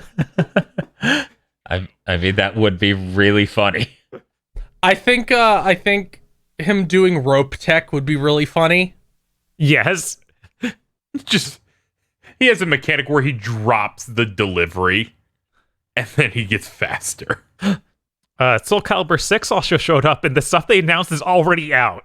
So yes. They showed off Setsuka, returning from Soul Calibur 4, hasn't been in the series since then. She's like a quick draw sword style character, has an umbrella with a sword in it.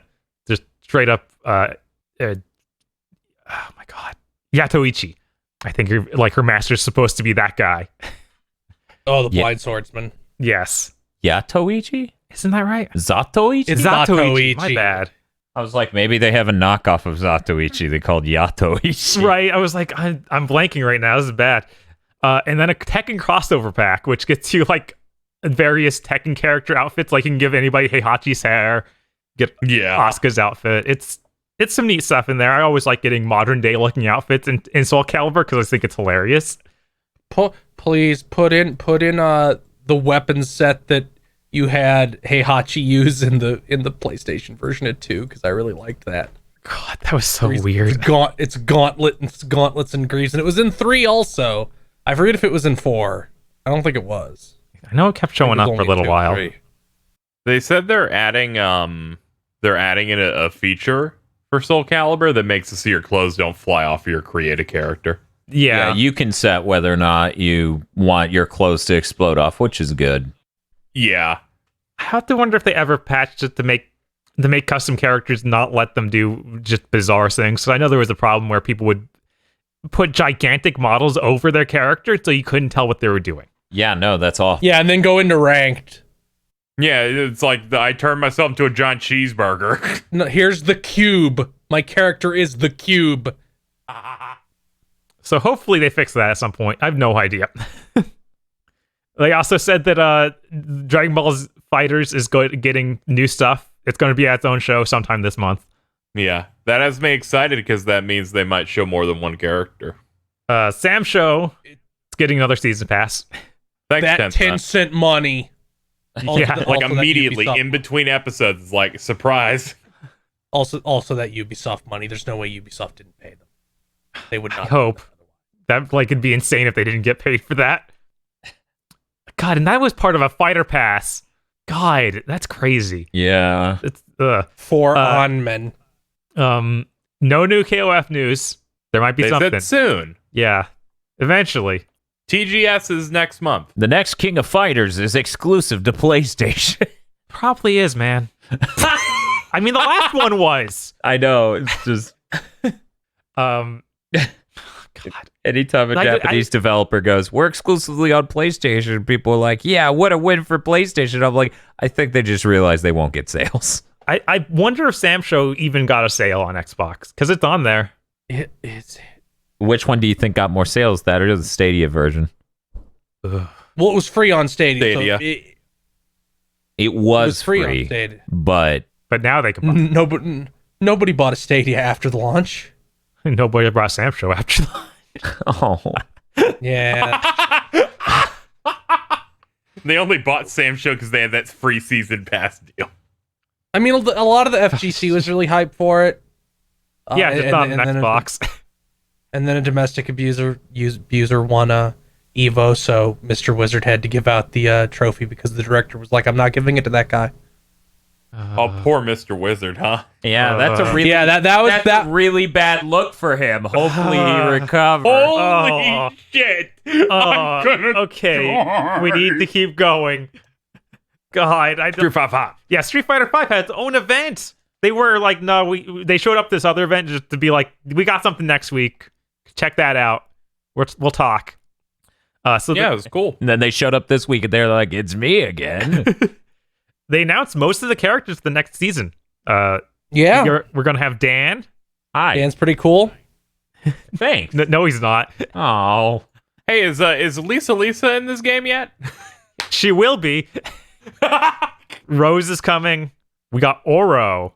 First time in it since 3. That's really exciting. That one's killing me because of the PlayStation blog and what they said. What'd they say? Where they're like, in this game, he's going to be holding a turtle in one hand the entire match. That's really funny. That's really funny. Yeah, but Oro couldn't be in 4 because 4 is before 3. Because Street Fighter is a franchise that makes sense. Well, I mean, this is still technically before 3, I think. Yeah. Yeah, but it's the most It's like closer. three adjacent because they put in all the 3 characters and Except certain ones. I think it's very No, Bob, they confusing. put them all in, right? Every Street Fighter 3 character's in. The last character the last they character is announced going to be 12. is Akira from Rival Schools, Oh, that's cool. which is really cool. I'm super That is- excited for that. Rival Yeah, Schools is a that's real great. franchise that exists again. Yeah, that was neat. Also, this probably means we're not getting Makoto because I don't think it's going to end with 2 tomboys. I just don't see it happening. Yeah, guys. no, Bob, please. don't worry. They'll put Bob, her Bob. at 6. just believe, okay? I just keep believing. Her missing out means it's like, she'll probably end up on 6. That'll be nice. Yeah. But yeah, there's some hope that maybe Rival Schools is going to come back as a franchise. I don't know. It's really neat to see this. We still have the one character they haven't shown yet that's supposed to be fall of next year. I really think there's like a decent chance it's another Rival Schools character and is announced in conjunction with a new Rival Schools.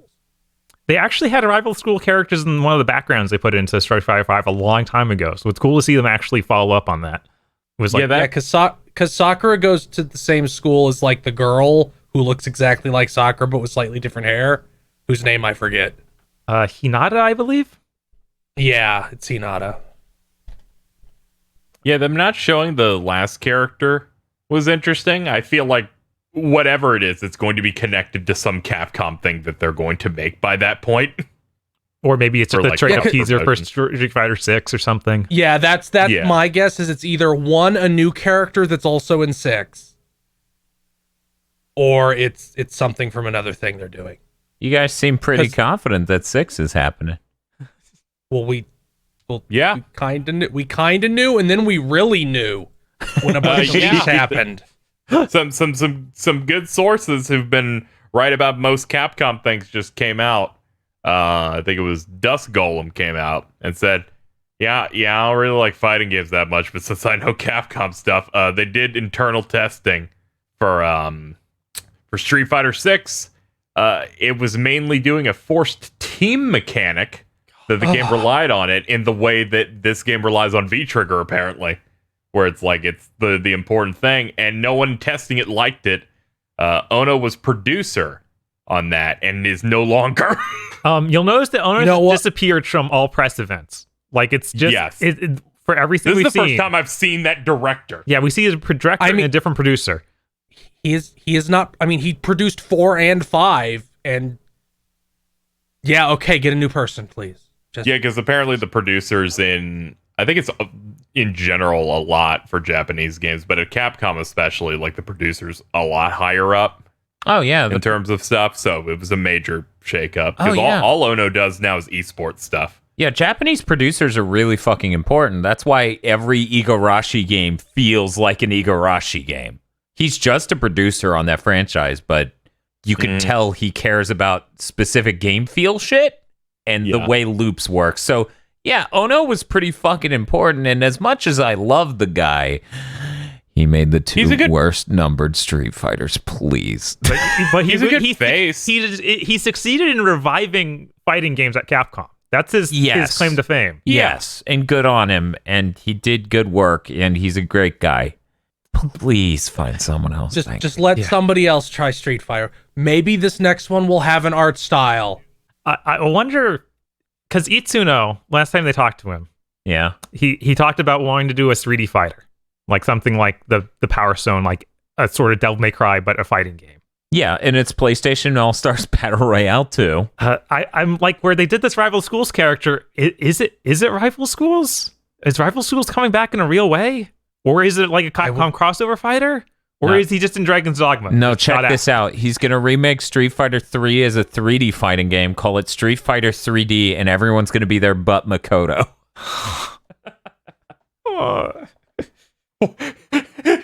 Bob, he's right there. You can take him out. Why would he be so happy? I'd be really happy because I feel like Rival Schools has the best character designs of any of the Capcom fighting games. They are I like really basically great. Every single one of them. Everyone is really batting higher than I can think of most fighting games. It's crazy. And I'm really sad that I have never touched a Dreamcast in my entire life because I'm like, but they have Project Justice, which has like Zaki the ninja principal and the violin girl who just has the most bizarre drills and hair in history. I really like Goro, who's just like a science teacher, but he has these metal shoulder pads. It's like this is great. I think his name is Hideo. Oh, Hideo, yeah. Man, who was Hideo? I like Hideo because he's like the stereotype is like, oh, he's just this normal looking teacher, but he's like a 9th Dan in karate. But yeah, I'd love to see more happen with Rival Schools. It's so much cooler than Final Fight. It's so unbelievably cooler than Final Fight. I'm like, do I like I like Poison's design, and I like Hagar conceptually. Yeah, Mike Hager's cool. That's why I'm always But I'm cool with Final Fight people. But I really don't give a shit about any other Final Fight character at all. Like, they brought in that Final Fight character from 3, and I'm like, Final Fight 3's a game? What? What I like that we finally got 3? like, oh, Lucia. Is she from 3? Yeah. That's why nobody knew who she That's was. the only reason I know Final Fight 3 exists. I still haven't seen the actual fucking game. Because I know Final Fight 3 has Dean, who is like a guy who looks like a knockoff Street Fighter character, and said he was a Street Fighter. That's weird. Okay. I'll try and find a picture of Dean, because he just looks like they could have brought him out of Street Fighter, like Street Fighter Alpha. Let's break down the rest of the Street Fighter 5 news. Okay, yeah. They just gave us dates for like everything. So the first guy out is going to be Dan. He comes out with a Capcom Pro Tour stage, and that'll be in winter of this year. Then the battle will have battle adjustments and mechanic changes for this new season. We're going to see Rose and her stage in spring of next year. Oro and Akira show up in summer, along with a new stage for Akira. That's summer next year, of course, so we're at the end of this summer already. Right. And then the final character is not going to be until fall of 2021. Hey, man, at least they're keeping Street Fighter 5 alive, just like all these other fighting games they're keeping alive as the PS5 comes out, and hopefully it loads way fucking faster. Yeah, faster loading, and that's what matters to me. For just 4 frames, you will see the ad they put before the start of each match. That's 4 frames too many. But what were you gonna say, Bob? Please, just make them run at the right frame rate in the background. All the background characters. Oh, for Street Fighter 5? Yeah. And who knows? Maybe you get a 120 hertz mode. That'd be pretty neat. That is asking a lot, but I would really appreciate it. Thank you, Capcom. Does it do 120 on PC? I don't even know. I don't think it does. No, probably not. So, I mean, it's always possible. I kind of think that like Street Fighter, Tekken, Fighters, and maybe like 1 or 2 other fighting games are probably in that top 100 that Sony got involved with. I mean, that was just shit. They were like, we already ran these on the PS5 and the PS5 power profile. Let's see if it breaks it. Nope, didn't break it. That's cool. That doesn't magically make it 120 frames per second or tell it, hey, run these background characters correctly. Thank you.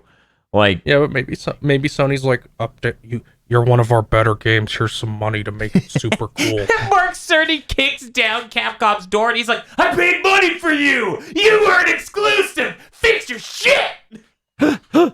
Oh, yeah, I keep forgetting that Street Fighter V was just a console exclusive one. They announced that at the Sony. PlayStation Experience. yeah, it was a big deal. Trademark. KZ, I have barely thought about the Xbox One this entire gen. Yeah, I know. I remember that was an exciting time. You know, they did Street Fighter 5. I mean, they stopped at that talking about PlayStation Experience. Granted, it leaked like a couple days beforehand, but still. But yeah, the Xbox stopped caring about Xbox One 2 years ago. So you can't blame. We can't blame you. I think arguably longer than that, but okay. Probably. Okay, well, that got us through the fighting news. Now we got to talk about State of Play. KZ? Sure. All right. So I don't think I got this in the perfect order because I just looked up a roundup. But here we have all the things in the 40-minute State of Play that happened earlier yesterday. Looking at the time. We got Crash 4, which looks insane. Looks really good. Amount of powers, visuals, level stuff. You've got your Crash and Coco interchangeable, just like the Insane trilogy. You can play as Neo Cortex, and I think they said it was a dingo? Yes. Dingo Dial. He's a boss from 3 and is in a bunch of other stuff. Yeah, And, I'm not super big on Crash, so I did not know who that was. And they really brought the Spyro Dragon energy to him. Yeah. I've seen preview coverage of this game, and what they're doing with the Cortex levels is he will do things that will cause shit to happen in the level, and then there's continuity for when you're playing as Crash. Like he'll blow up a giant ship, and the giant ship being blown up is Crash's level. Oh, that's cool. Neat. That's like the thing they did in Mega Man X1 and then in no other X game for some reason. It's expensive. So they really like the concept of going through levels again, like to get all the boxes or do time trials. This time they went for inverted mode, which just does completely different visual stuff. Like they showed one where the level's like black and white, but when you spin, it makes like rainbow paint appear, or everything's neon, or it's underwater, and other stuff like that. So that looked really cool. Yeah, it did. This looks insane. I can't believe they announced it 4 months before it's out. Also, that part where they flash Crash having 15 costumes in 1 second. Oh, yeah, and his sister? Mm-hmm. Yeah, no, those outfits are really fucking good. I hope Neo Cortex has a costume. I hope he has a costume that just looks like Walt from Breaking Bad. We have to fix my giant fucking head. No. God, I wish someone will make that edit. They're gonna give him a Mr. Krabs outfit. Yes. This one was a bit of a shocker. They showed off Hitman 3 in VR and then went, well, Hitman 3, you just, if you own Hitman 1 and 2, those are in here. So all of the recent Hitman can just be played in VR. Yeah, no, that's fucking insane. Who just goes... That is insane. That's like fucking 30 levels or some shit. Yeah, no, that's nuts. I have to wonder how playable Hitman is in VR. I feel like it could be really hard. Oh yeah, absolutely. You're just whipping that's all your about head. doing the runs. You know it. Oh my god. That must be the best of just like, stay cool. That dude's looking at me on the right. Oh fuck. Yeah, no. Oh no, he knows I'm not actually a chef. I really want to stream that like that. That's gonna be really funny. Let's bring us down, I guess. Yeah. Great anniversary announced. God. Features a bad filter. It's coming out in early 2021. The sprite stuff literally looks like bad. Super Eagle. Yeah, it's not even just a filter. They redrew bad art. I don't get it. And that's for a game that's already ugly. Yeah. A stunning revolution in games by making it look worse. Yeah, their big thing with that is that they have a lot of commentary tracks on it. That's seemed to be their only you get big to hear thing. from pretentious creators about how good their good thing is. If only Fez had a remaster.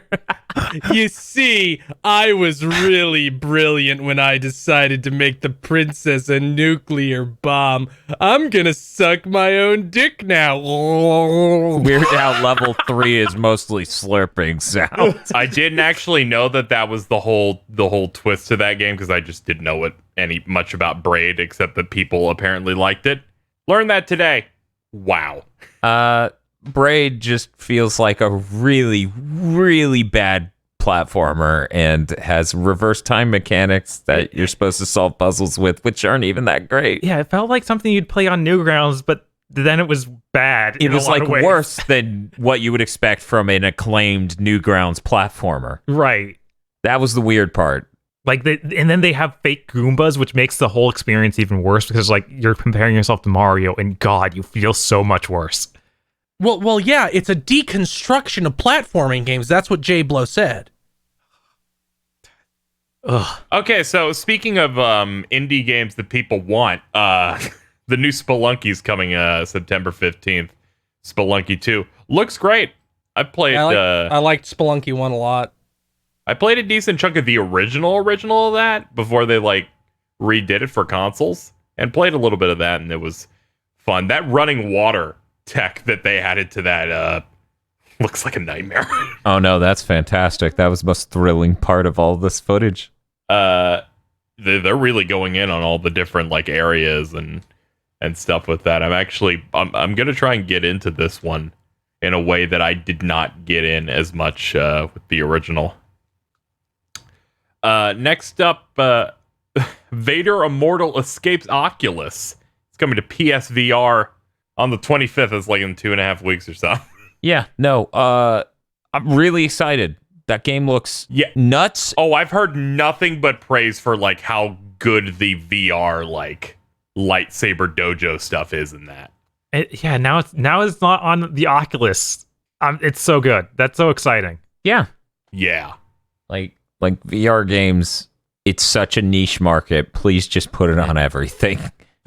Yeah. Also, magic-looking lightsabers. Pretty cool. Oh yeah. It feels like, what is that lightsaber? Yeah, because they're like, you need this, and it's like a Warcraft sword handle that a lightsaber comes out of. And I'm like, holy shit. Field, take this one. You popped off the hardest.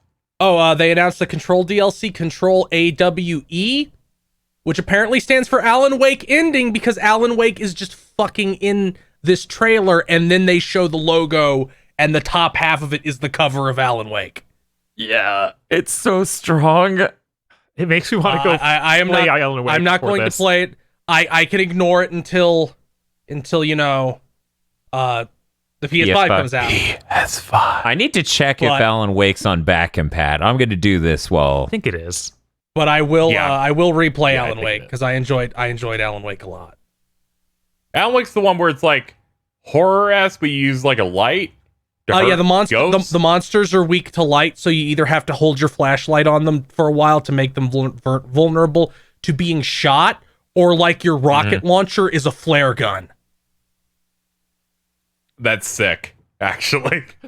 And it's also like not a super like shooting horror game. There's a lot of like environmental destruction and stuff that was pretty impressive for when it came out. But yeah, I liked it a lot. I always remember the Penny Arcade comic where it's just Gabe yelling at him because like, you just think it's smart because it's about a writer.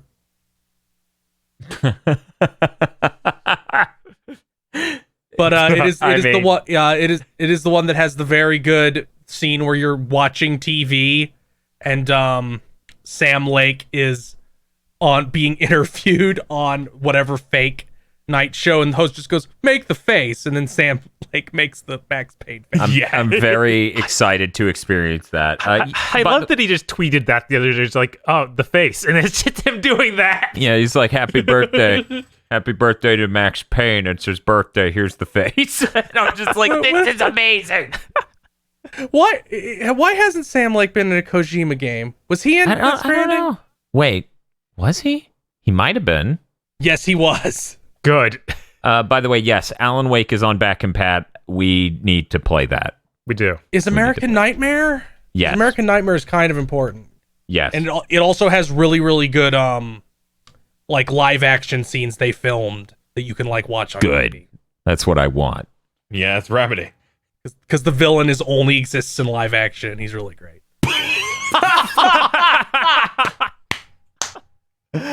Oh man. So part of this having the energy of a bizarro Nintendo Direct, Temtem, that Pokemon knockoff everyone forgot about when they chilled out about the real Pokemon game. It's coming to PS5.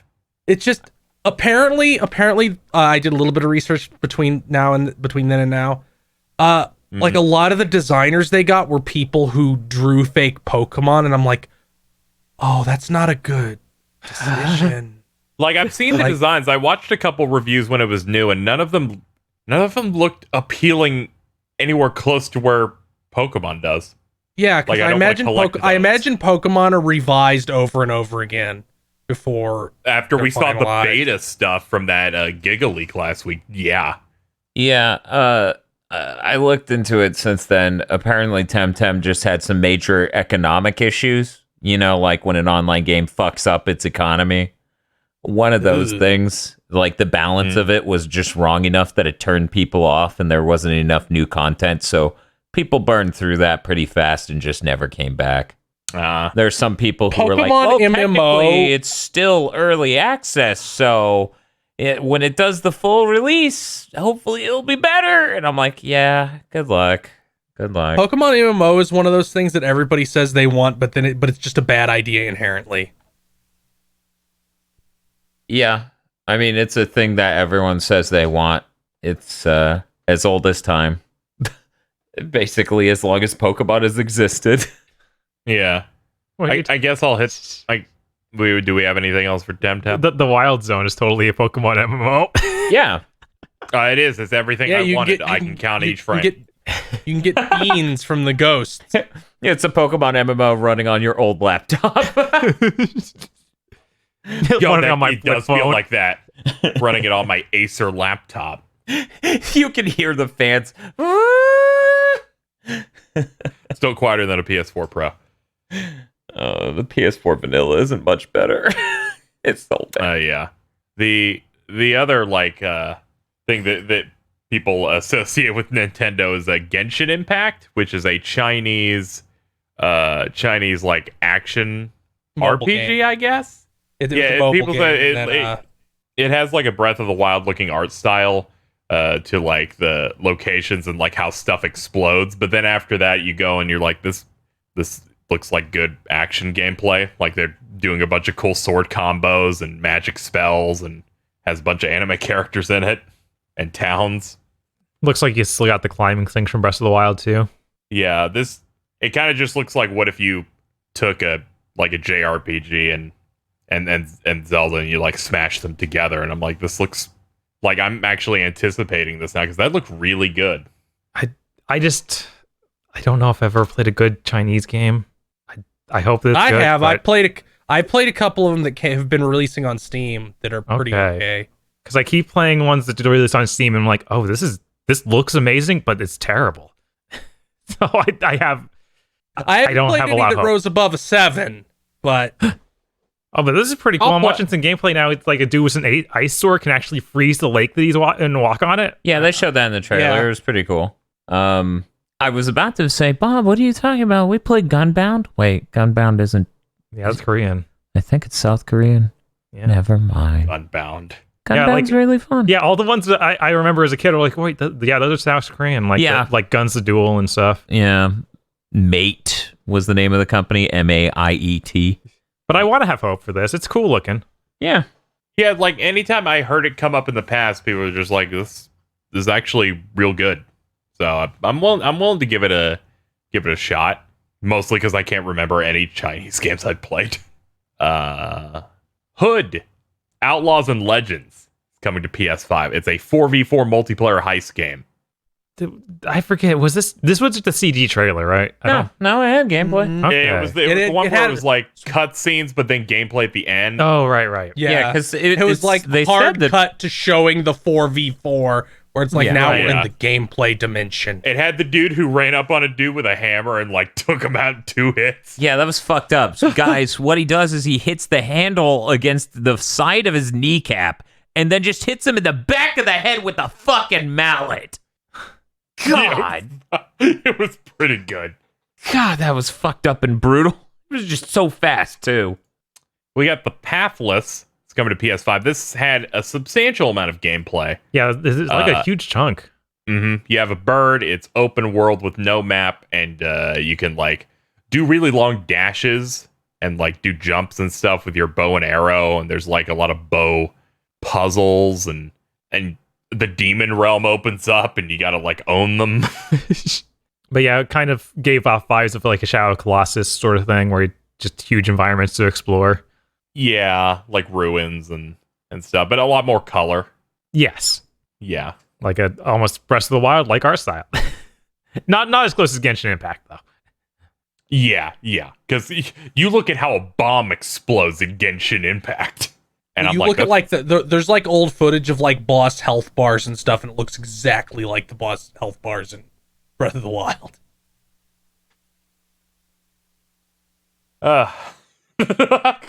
Like, yeah, Chinese knockoff energy sometimes happens a little bit, but I'm like, if the game's cool, then I guess it's fine. Oh my god. So I'm gonna describe this before the bad part. So they showed a game called Aeon Must Die. It had the energy of like trigger fight scenes, but for a whole game with an amazing style. Looked sick. One of the coolest things I've seen in years for a game. It was live. Yeah, it was all a lie. That trailer, which I checked, and apparently basically the same trailer was shown at a Switch thing a year ago. Oh my god, of course. that trailer was made by outside artists, so it probably doesn't reflect anything that actually exists. And the entire team quit due to horrible crunch and the publisher being evil, and the publisher somehow stole the IP from the developers and is not talking to the developers. Yeah, and all this came out 30 sucks. seconds after we watched that trailer. Yeah. At least that we didn't have any time to be happy about it. Cool, Bob. At least It looked. Imagine a game where every single person had Leo's armor from Promare.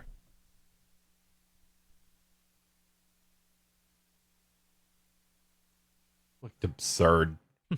It's not often that you immediately get shot like that. It took us longer to see rumors about an MMO Fable. Next up, this is Anno Mutationum, which was the 2.5D cyberpunk thing where it's like they would like move up a street and it would show that perspective a little bit. It had a 2D sprites for characters moving through a 3D environment with very cool soundtrack and very nice art style. I thought it was really neat looking. Yeah. And it looks like it locks it fully in 2D when you go into the fight scenes, and then the exploration part looked more like you could go back and forth in the background. Yeah. So Which is cool. Yeah. Lots of NPCs. I've been following that developer on Twitter for a little while because the art looks really neat. Oh, nice. And Bugsnax. the secret game of the year, Bugsnax, continues to be horrifying and great. Yeah, because everything I'm like, you're up to something. I'll like this. Okay, that part's good though. What was it? I was like, I can't believe. What was that fucking tweet I made? Because somebody made an insane tweet where they were like, I'll pull it up. Well, I'll pull it up while you describe this trailer. "This is Bugsnax." Anyways, yeah, the trailer was fantastic. We got more lore stuff establishing that you're a journalist and your boss is really pissed at you for trying to hunt the story. As you collect the Bugsnax, the denizens of this town return to it. So the village gets built out. We got to see first-person gameplay of you capturing the Bugsnax. This game looks great. I'm very excited. If you can get over the body horror, it looks amazing. Yeah, here's what Dan said. Someone tried to own Bugsnax with something. That doesn't matter. What Dan said in his tweet saying, you tried to insult Bugsnax like some cowardly Neanderthal who hates fun / body horror. Oh no, it doesn't look as good as Rise, Son of Rome. See, my favorite part is when Aggro saw that tweet. He was like, yeah, this game's going to need to break at some point one way or the other. Yes. It's just going to be going to blaring have the to make its Bugsnax choice. song while it does whatever it is. And thus it'll be both, and I'll be happy. It's a really good song. Also, it's really funny that Sony's like, yeah, it's a PS5 game. And the internet's like, yeah, it's a PS5 game. And I'm like, I swear to God, they said it was also PS4. Dan, say this one. What's up? Oh, say the next. Do the next one. Okay, bye, Casey, who's leaving slowly. The pedestrian was shown again. We've seen this at E3's past. It's a puzzle game using signs and posters. Your character's two-dimensional, running across levels that are etched into signs and posters and displays and other things. It's coming January to the PS4? Is it PS4 or PS5? I think it was PS4. PS4. Okay, that's what I thought. I The next remember thing... playing There we this go. on Congregate. Yeah, absolutely. It does have that energy, but more high fidelity. Yeah, it looks neat, but it's like none of the neat part is the gameplay, so I'm kind of weirded out that, like, how am I supposed to get excited when the set dressing is the compelling, innovative, and neat part? Whatever. The next game was Auto Chess, which is kind of insane. They're like, hey, Auto Chess is coming to PS4 on October 31st. And I was like, I spent most of this trailer wondering if this was the Auto Chess or a knockoff someone made really quickly. Yeah, because the second Auto Chess happened, 85 Auto Chess came out. Yeah. I got really, really confused because you guys kept saying Battle Chess, and I'm like, is this some weird reboot of Battle Chess? Oh, oops. Sorry. I still have not looked up to see if auto chess is still like a huge thing or if it's just fallen off the planet. I don't even know where to check. Right? Because, like, let's be real. League has its own equivalent. They got that out pretty quick, too. Yes, they did. But yeah, I have no way to check because let's be honest, most mainstream game podcasters are the most out of touch fucking gamers ever. Yes. So if we all get into auto chess, we agree that's game of the year this year, right? No. I mean, yeah, that'll be on maybe I'll PUBG play it this and it'll time. feel so good. I'll just love it so much. God, feel That's if you entirely get fine. really so good. It's auto chess. feel if you I've never get played into auto chess. chess. I don't even know what auto swear chess is. to God, Auto I is the will title. find a way to restrain you for your own benefit. That just seems be like like- the most Skinner box bullshit ever. I mean, the way it'll work is I'll play it nonstop for 3 days and then stop entirely, which is what happened with Hearthstone and Legends of Runeterra, where for like 3 days I'm like, oh, I'm gonna play this forever, play 12 hours a day, and I'm like, oh, never mind, I'm done. Never mind. It's starting to annoy me. It's not even that. It's just like I'm done. The next thing they Alright. showed, and thus the last thing from the state of play, Godfall with extended gameplay. Thank you. Gameplay. Neat. It was running on a PS5 and it looked fairly nice. The action looked a lot higher end than I expect from most Western studios, and actually looked like anywhere near approaching God of War 2018, like even vaguely close. They showed off that there were 4 different types of weapons and they had different moves and combos for each. Some of them looked amazing and really spiffy. Yeah, no, this game looked really cool. They said later they detailed 2 of the different weapons. One of them's a dual blade, the other one's a long sword. And they showed off the different styles of things those things can do. And they said they would detail the 2 other weapon types and how progression and everything else works at a later date. This game still looks promising. The number one disappointment is that they said it was like 3-player instead of 4. Yeah. Still excited to try it, though. They're We get a game at launch. Yeah. And it looks better than Halo Infinite. God damn it! I have to say it. Okay. It's too true, All right, all though. right. Look Dan, at it. Dan, I'll give you this. This is even better. They have, because of Gearbox, I can only assume, a terrible FAQ about this game. And someone pulled it up. There is a question in here called that just says, "Is this like Dark Souls?" Fuck off, Randy Pitchford. And their answer doesn't answer the question.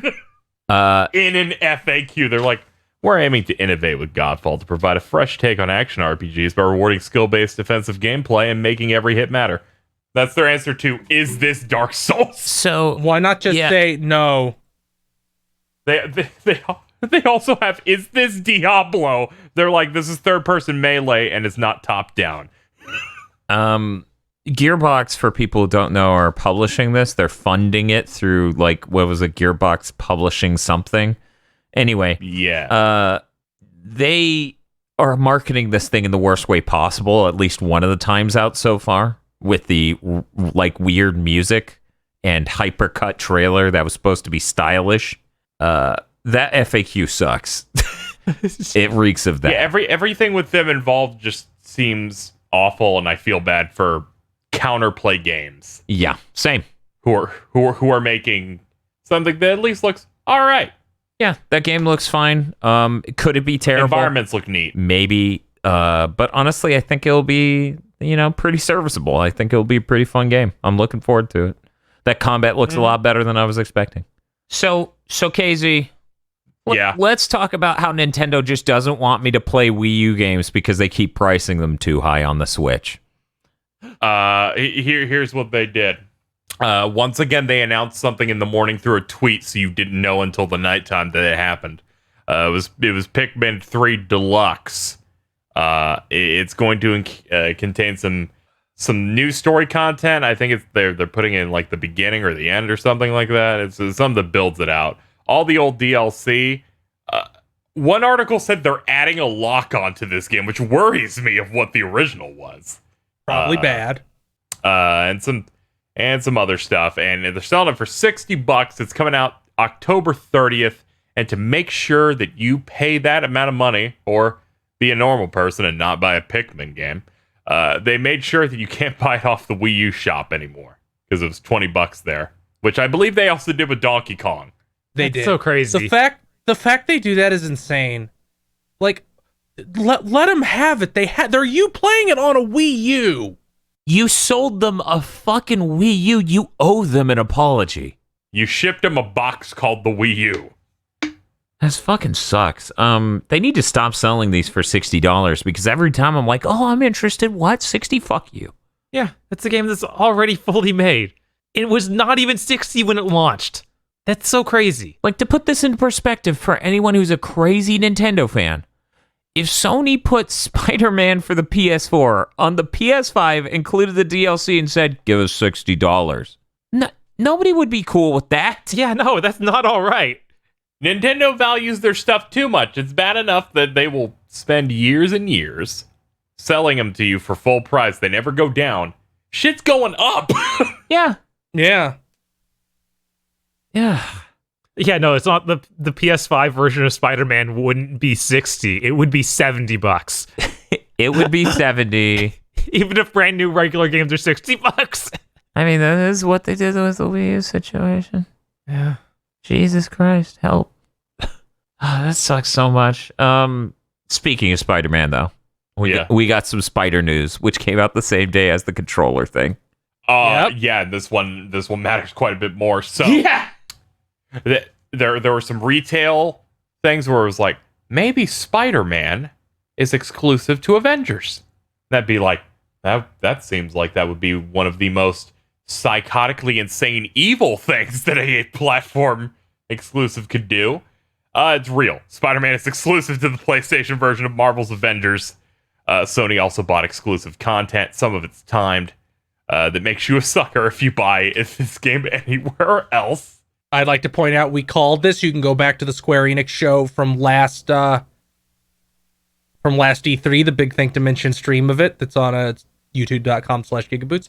We called it. Of course. Yeah. They got that. There's like exclusive cosmetics for every hero on a 1-month exclusivity. So all of the ones at launch, and then when Hawkeye comes out, it's like you get these cosmetics before everyone else for a month. And then other bundles that are just exclusive. It's insane. But of course there's controversy with this type of thing. And with that controversy, a company will tend to respond. And boy, did they respond. And Phil, what did they respond with? This is what Crystal Dynamics head Scott Amos, Joe Biden, responded with, and I'm just going to read it verbatim. I will not change a single word. So the beauty of Spider-Man and what Spider-Man represents as a character in this world is, again, it comes back to the relationship with PlayStation and Marvel. We happen to be the ones who can execute and deliver when it comes down to choices of where and what Spider-Man can be. That's a relationship question that PlayStation absolutely has the rights to, that you guys know with Sony's movie rights ownership there, and Marvel with Sony saying, hey, this is something we can do. This is something we can do on this platform. And as creators, we have this opportunity that we can make something unique and fun and awesome. They owned it, and they said we could do it, but only on this machine. Wow. That really was Joe Biden. It was almost leg hair and spaghetti sauce. I saw the other PR thing of they get Spider-Man, but Hawkeye is also coming. Isn't he cool? Yeah, he made a statement. It's like, we're trying to serve everybody. We just revealed Hawkeye. And I said that is the equivalent of your friend gets a PS5 for Christmas and your mom's like, but I got you a PSP 2000. Spider-Man is the most popular IP on the planet. The fact Sony has exclusivity to that is insane. They also said it was going to be their own original take on Spider-Man, so I'm excited to see what that is. Bob's a big fan of Spider-Man. Yeah, of course. Spider-Man's great. Bob's like, who isn't of course? A big fan and I'm of like, Spider-Man? Bob, cool your jets. He's not Wolverine. All right, okay. There's going to be a point, I feel like, where they're going to put Wolverine in this, and I'm going to be like, yeah. Oh, you're going to be like, yeah? I don't think you've met me, good sir. I just need Gambit. That's all I ask for. Bob, if they put Gambit and not Wolverine, I'm going to break your legs. Oh, no. You guys are getting way too violent tonight. Dude, I'm just saying. I'm sorry, Bob. Gambit is such a boomer pick. Gambit's cool. He's a Cajun, Come on. okay? Why you He's gotta a be so Cajun. mean? We need some Cajun representation in video games, okay? So But Gambit's like fine. He can stay. the last time Gambit was really cool was when we were like 2 years old in 1989. Look, Yeah, Marvel vs. hey. Capcom 2 is amazing. That's true. Channing Tatum still thinks he's going to be Gambit in a movie. Good on him. I mean, I like Gambit. It appears to be the ace of spades, and then all the Sentinels blow up. Look, Gambit's a cool guy. Hopefully he can, show up in something and be cool. But yeah, Wolverine. Yeah, Wolverine's the obvious one. Me and Bob both lose if Storm shows up and no one else does. Storm's fine. Storm is fine. cool. Bob says through gritted teeth, looking like crying Wojak. Oh, It could have been Psylocke, but Storm is fine. No, they can. I'm sorry, Bob. Psylocke is so weird. Yeah, here's this hot British lady who had her who had her mind copied into a hot Asian lady. Oh my god, I don't care about the lore. I've seen her in the video games. Yeah, She has a psychic blade and it's cool. Oh my god. we don't care about the comic books. We care about the media. We're really behind the idea of Psylocke, not the writing. Yes. The idea of a lady with a cyber sword. Yes. That's awesome. So, we got that Spider-Man news. Yes. That was a whole thing. Uh-huh. Exclusivity, always controversial. Then, around the same time, we got 343 confirming Halo Infinite multiplayer is free to play and supports 120 frames per second on the Series X. And then the Japanese Xbox store Cool. goes, yeah, and it's Battle Royale. And everyone goes, what? Excuse me?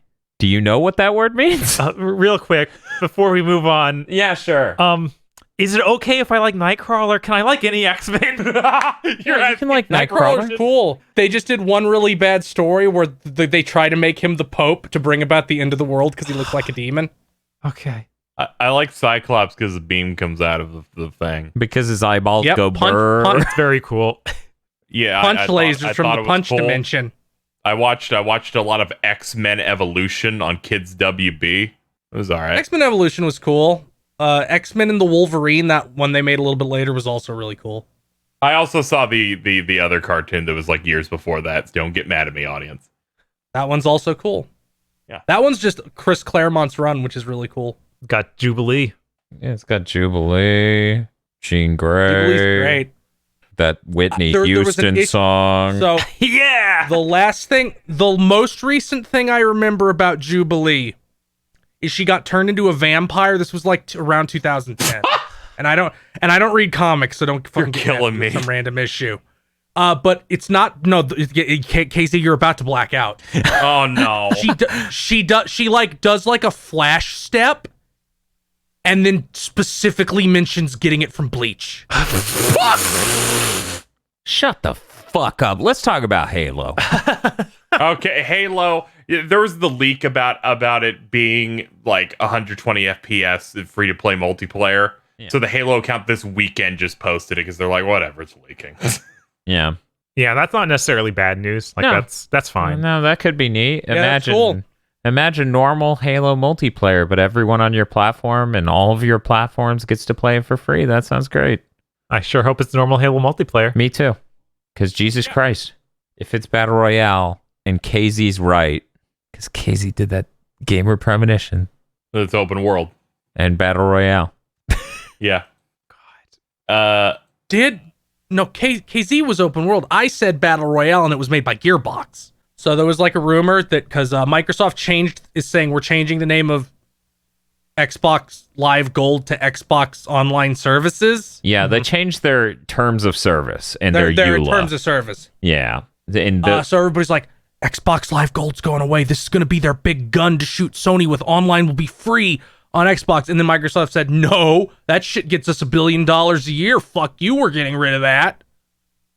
That's crazy because they got rid of the year-long purchases. Yeah. You can't buy a year of gold anymore. Which is all like I mean, just so they can get more money from you buying 6 months cards or monthly subscriptions. God, I hope that's not. Yeah, right. they'll just if you want a year long one, Dan, you have to buy Game Pass Ultimate.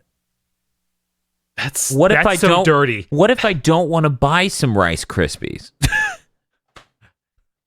Man, I on one hand, I'm behind getting rid of the name of gold because I felt like that they stopped using silver to refer to it for non-paid subscriptions, and it was really just gold was still there as a holdover. So I think it makes total sense to just be like, this is Xbox Online Services. Like there's no reason to have the extra word. Do you think Halo Infinite will not require gold because I think like Fortnite and Final Fantasy 14 don't require PlayStation Plus? That's true. I don't know the situation on Xbox. I thought they also didn't require for like Elder Scrolls and stuff, but I might be wrong. I maybe they stepped that back. I'm not sure. Yeah, because I'm wondering because it feels weird to say Halo Infinite is for a multiplayer free to play as long as you still give us money. So I'm wondering if that'll be like their big thing is like, even if you don't want it, because leakers were like confused and said that they thought it was going away. So I'm wondering if they got confused because Halo Infinite will not require it. I still think this is a or valuable. if they're just all fucking wrong.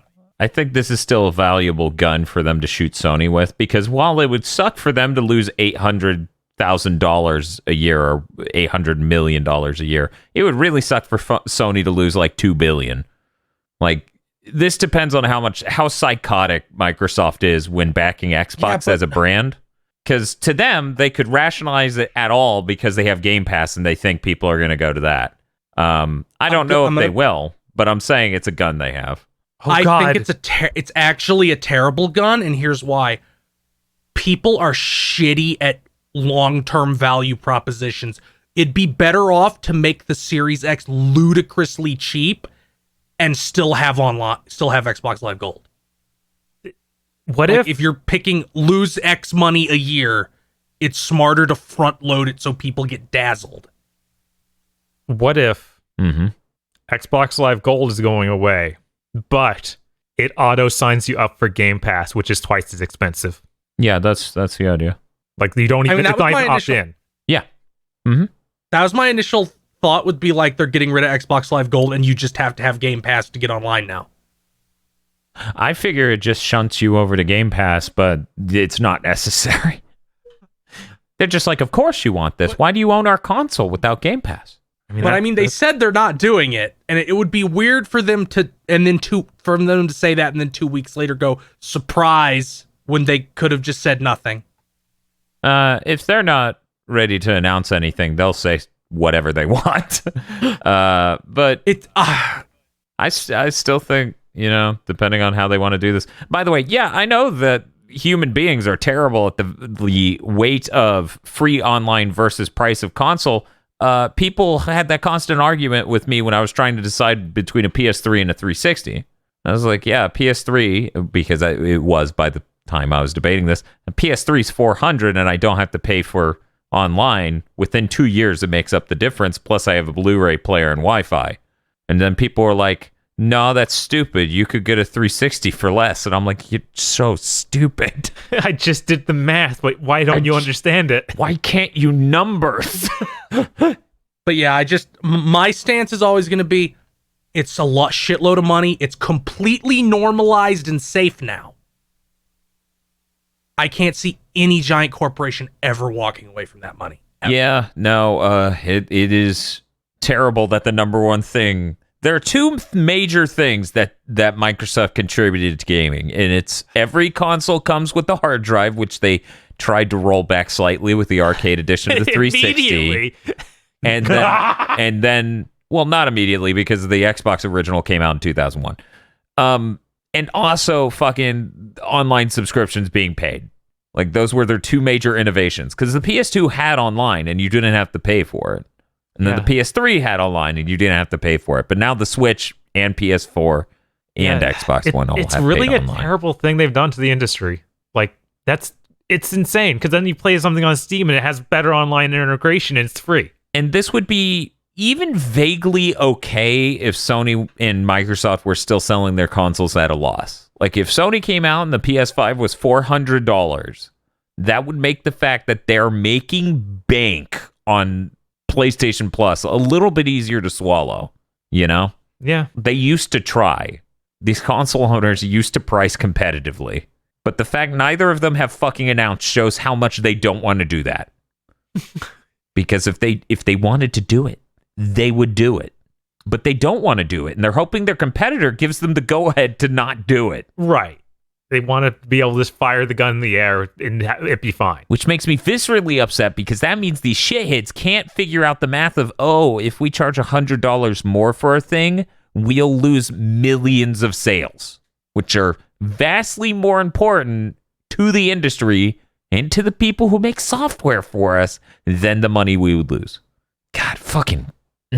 Every time somebody's like, Dan's a fan of Sony or a Sony fanboy, I'm like, no, I'm fucking pissed that no one is pricing these consoles competitively at all.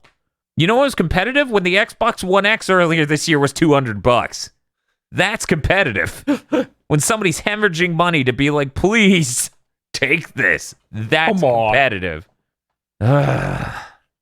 You can get an X. So, God, I'm just thinking about the Xbox One and how you can buy that for about the same price as the Intellivision. It has 1 billion more games. God damn it. I'm not a fan of the Intellivision. Done a lot of bad things. I got one more piece of news on my side because it's gotten corrected. It was breaking news. It's more like a PSA type of thing because news came out that President Trump did an executive order against Tencent related to that TikTok ban and everything.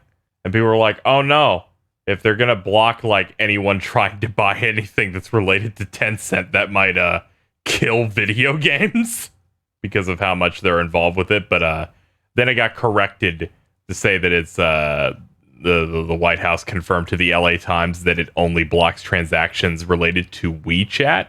Yeah. So anything related to, say, Riot Games, Epic Games, Ubisoft, all these people that are involved with Tencent won't be affected by that. But at the time, people were like, oh, God. They're just going to set video games on fire? Oh, God, how much does Tencent own? Wow. A lot of those, like, people like to characterize it as China trying to take over the industry because they're fucking xenophobic morons. Guys, it's literally just...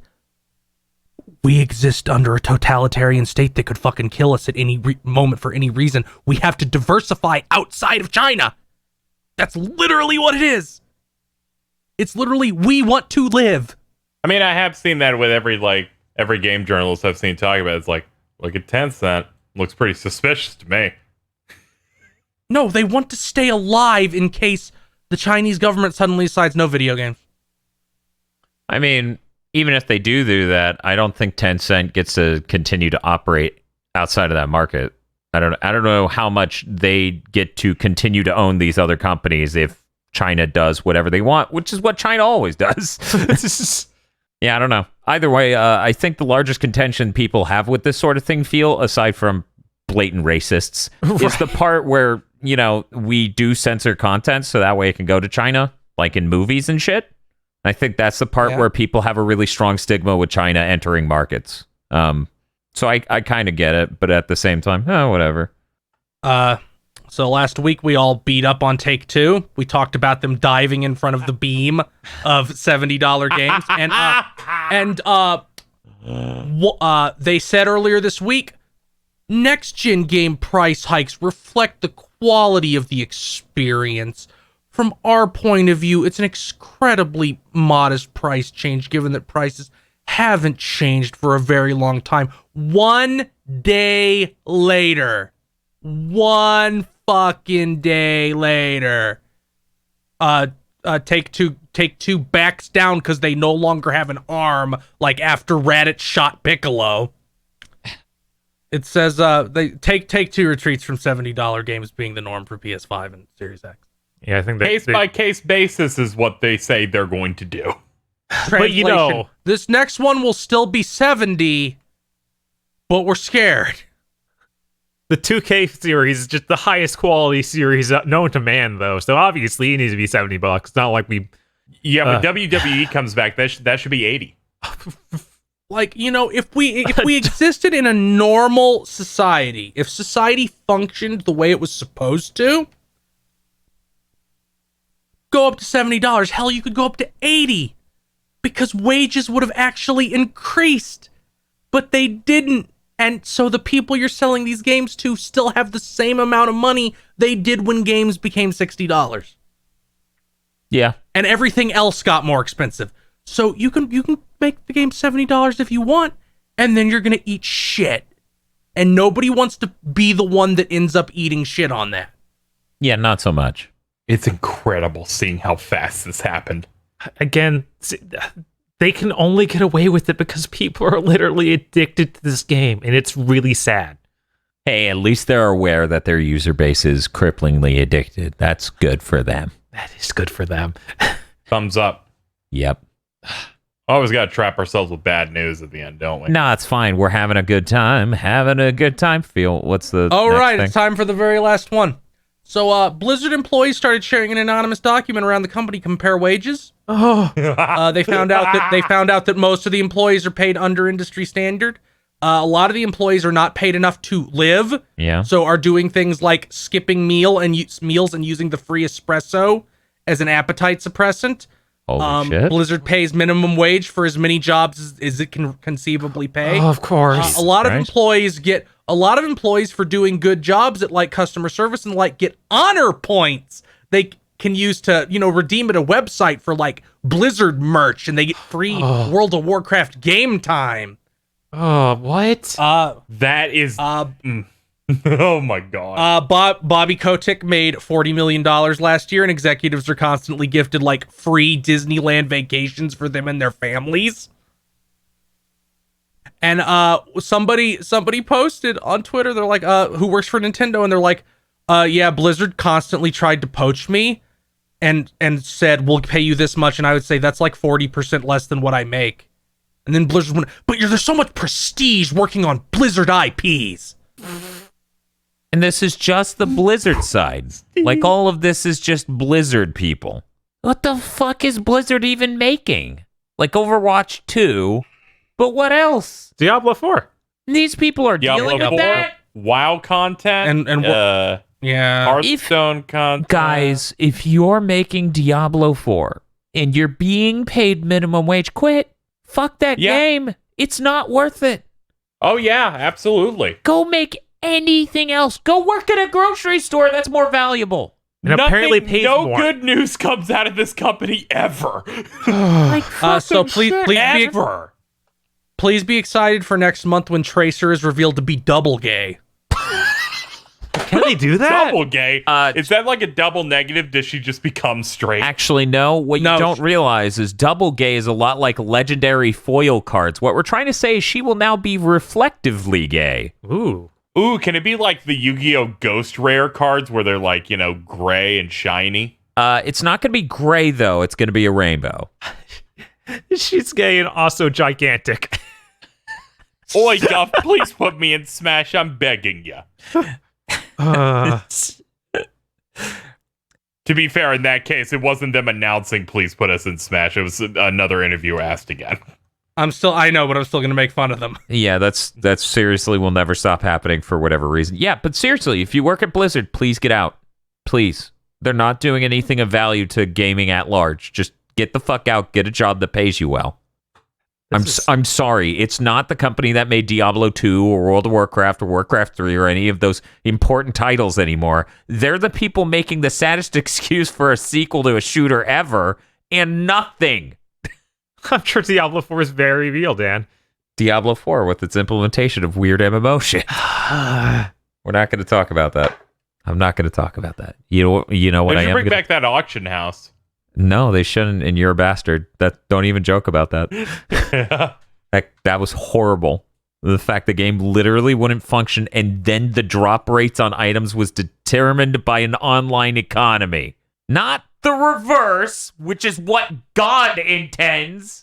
Whatever. It's like literally if you found out you couldn't get a Game Boy because people want to buy them on eBay, so your Game Boy disappeared. Like fucking what? Since when should reality work backwards from an online marketplace? That's fucking insane. God, fuck Diablo 3. Anyways, hey, Bob, remember how they were going to have PvP in Diablo 3 and they said it was going to be a huge thing and they delayed it past the launch and then they just canceled it because it was a fucking terrible idea? Yeah, because for some reason they wanted to balance the whole game's single-player content around competitive. It was insane. Yeah, no, that game's fucking stupid. Diablo 4, probably not going to be as stupid as 3 because that would be really hard to do again. But still, get the fuck out of Blizzard. You got better shit to live for. I don't know what we're doing in the next week. I do know that to the people who made it to the end of this podcast, they get to hear the delightful announcement of what Thursday's podcast is. The what? So we are incredibly happy to announce that I have secured the rights to put the only existing copy of Isolation 119 exclusively on the GP Podcast Patreon. Yeah! So if, you know what? For at least 1 second, because I'm so exhausted, I thought you got the rights to Attack of the Show.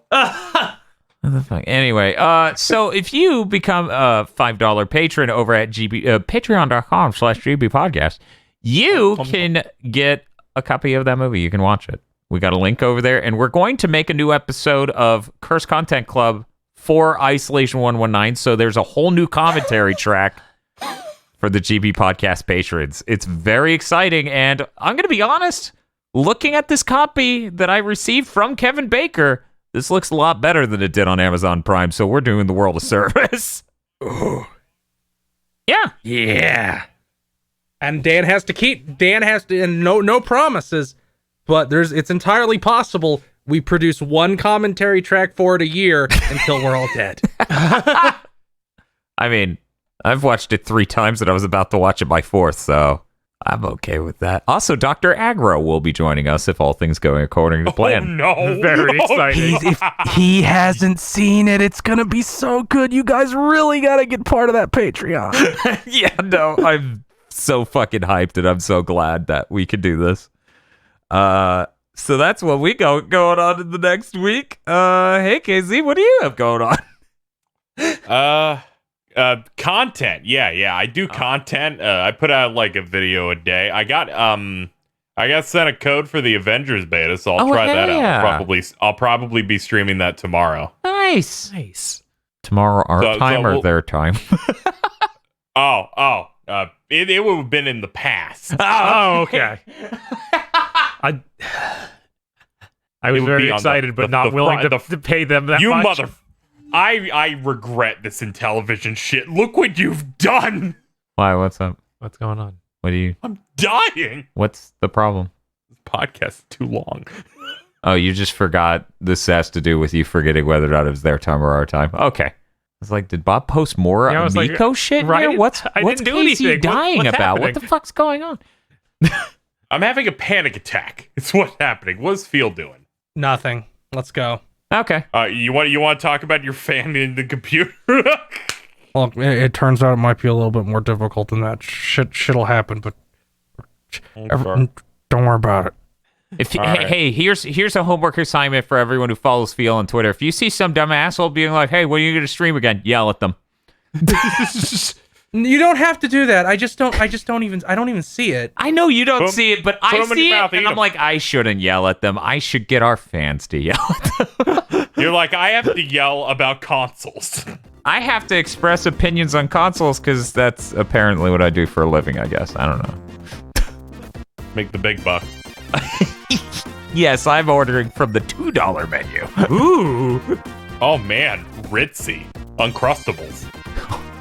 If McDonald's starts selling $2 Uncrustables, I'm going to kill myself. Thank you for listening to this episode of The Big Think Dimension. If you would like to support the GB Podcast Network, head on over to patreon.com/GB Podcast so that way you can get exclusive behind the scenes on stuff, other content. There's a lot of content. It's basically non-ending avalanche of content. So head on over there, become a $5 backer or a Podlord today.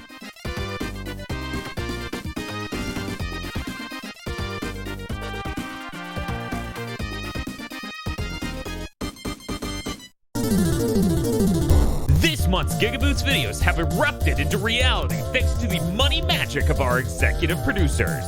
Esme, Nicholas Cameron, E. Lee Broyles, Star Falcon, Spaceman Spiff, Danny Richardson, Red Blaze 27, They Podlord Now, and local himbo Adam Akbar. Thank you very much to our executive producers. And also these guys. If you want to become powerful like our executive producers, you can head on over to patreon.com/gigaboots today.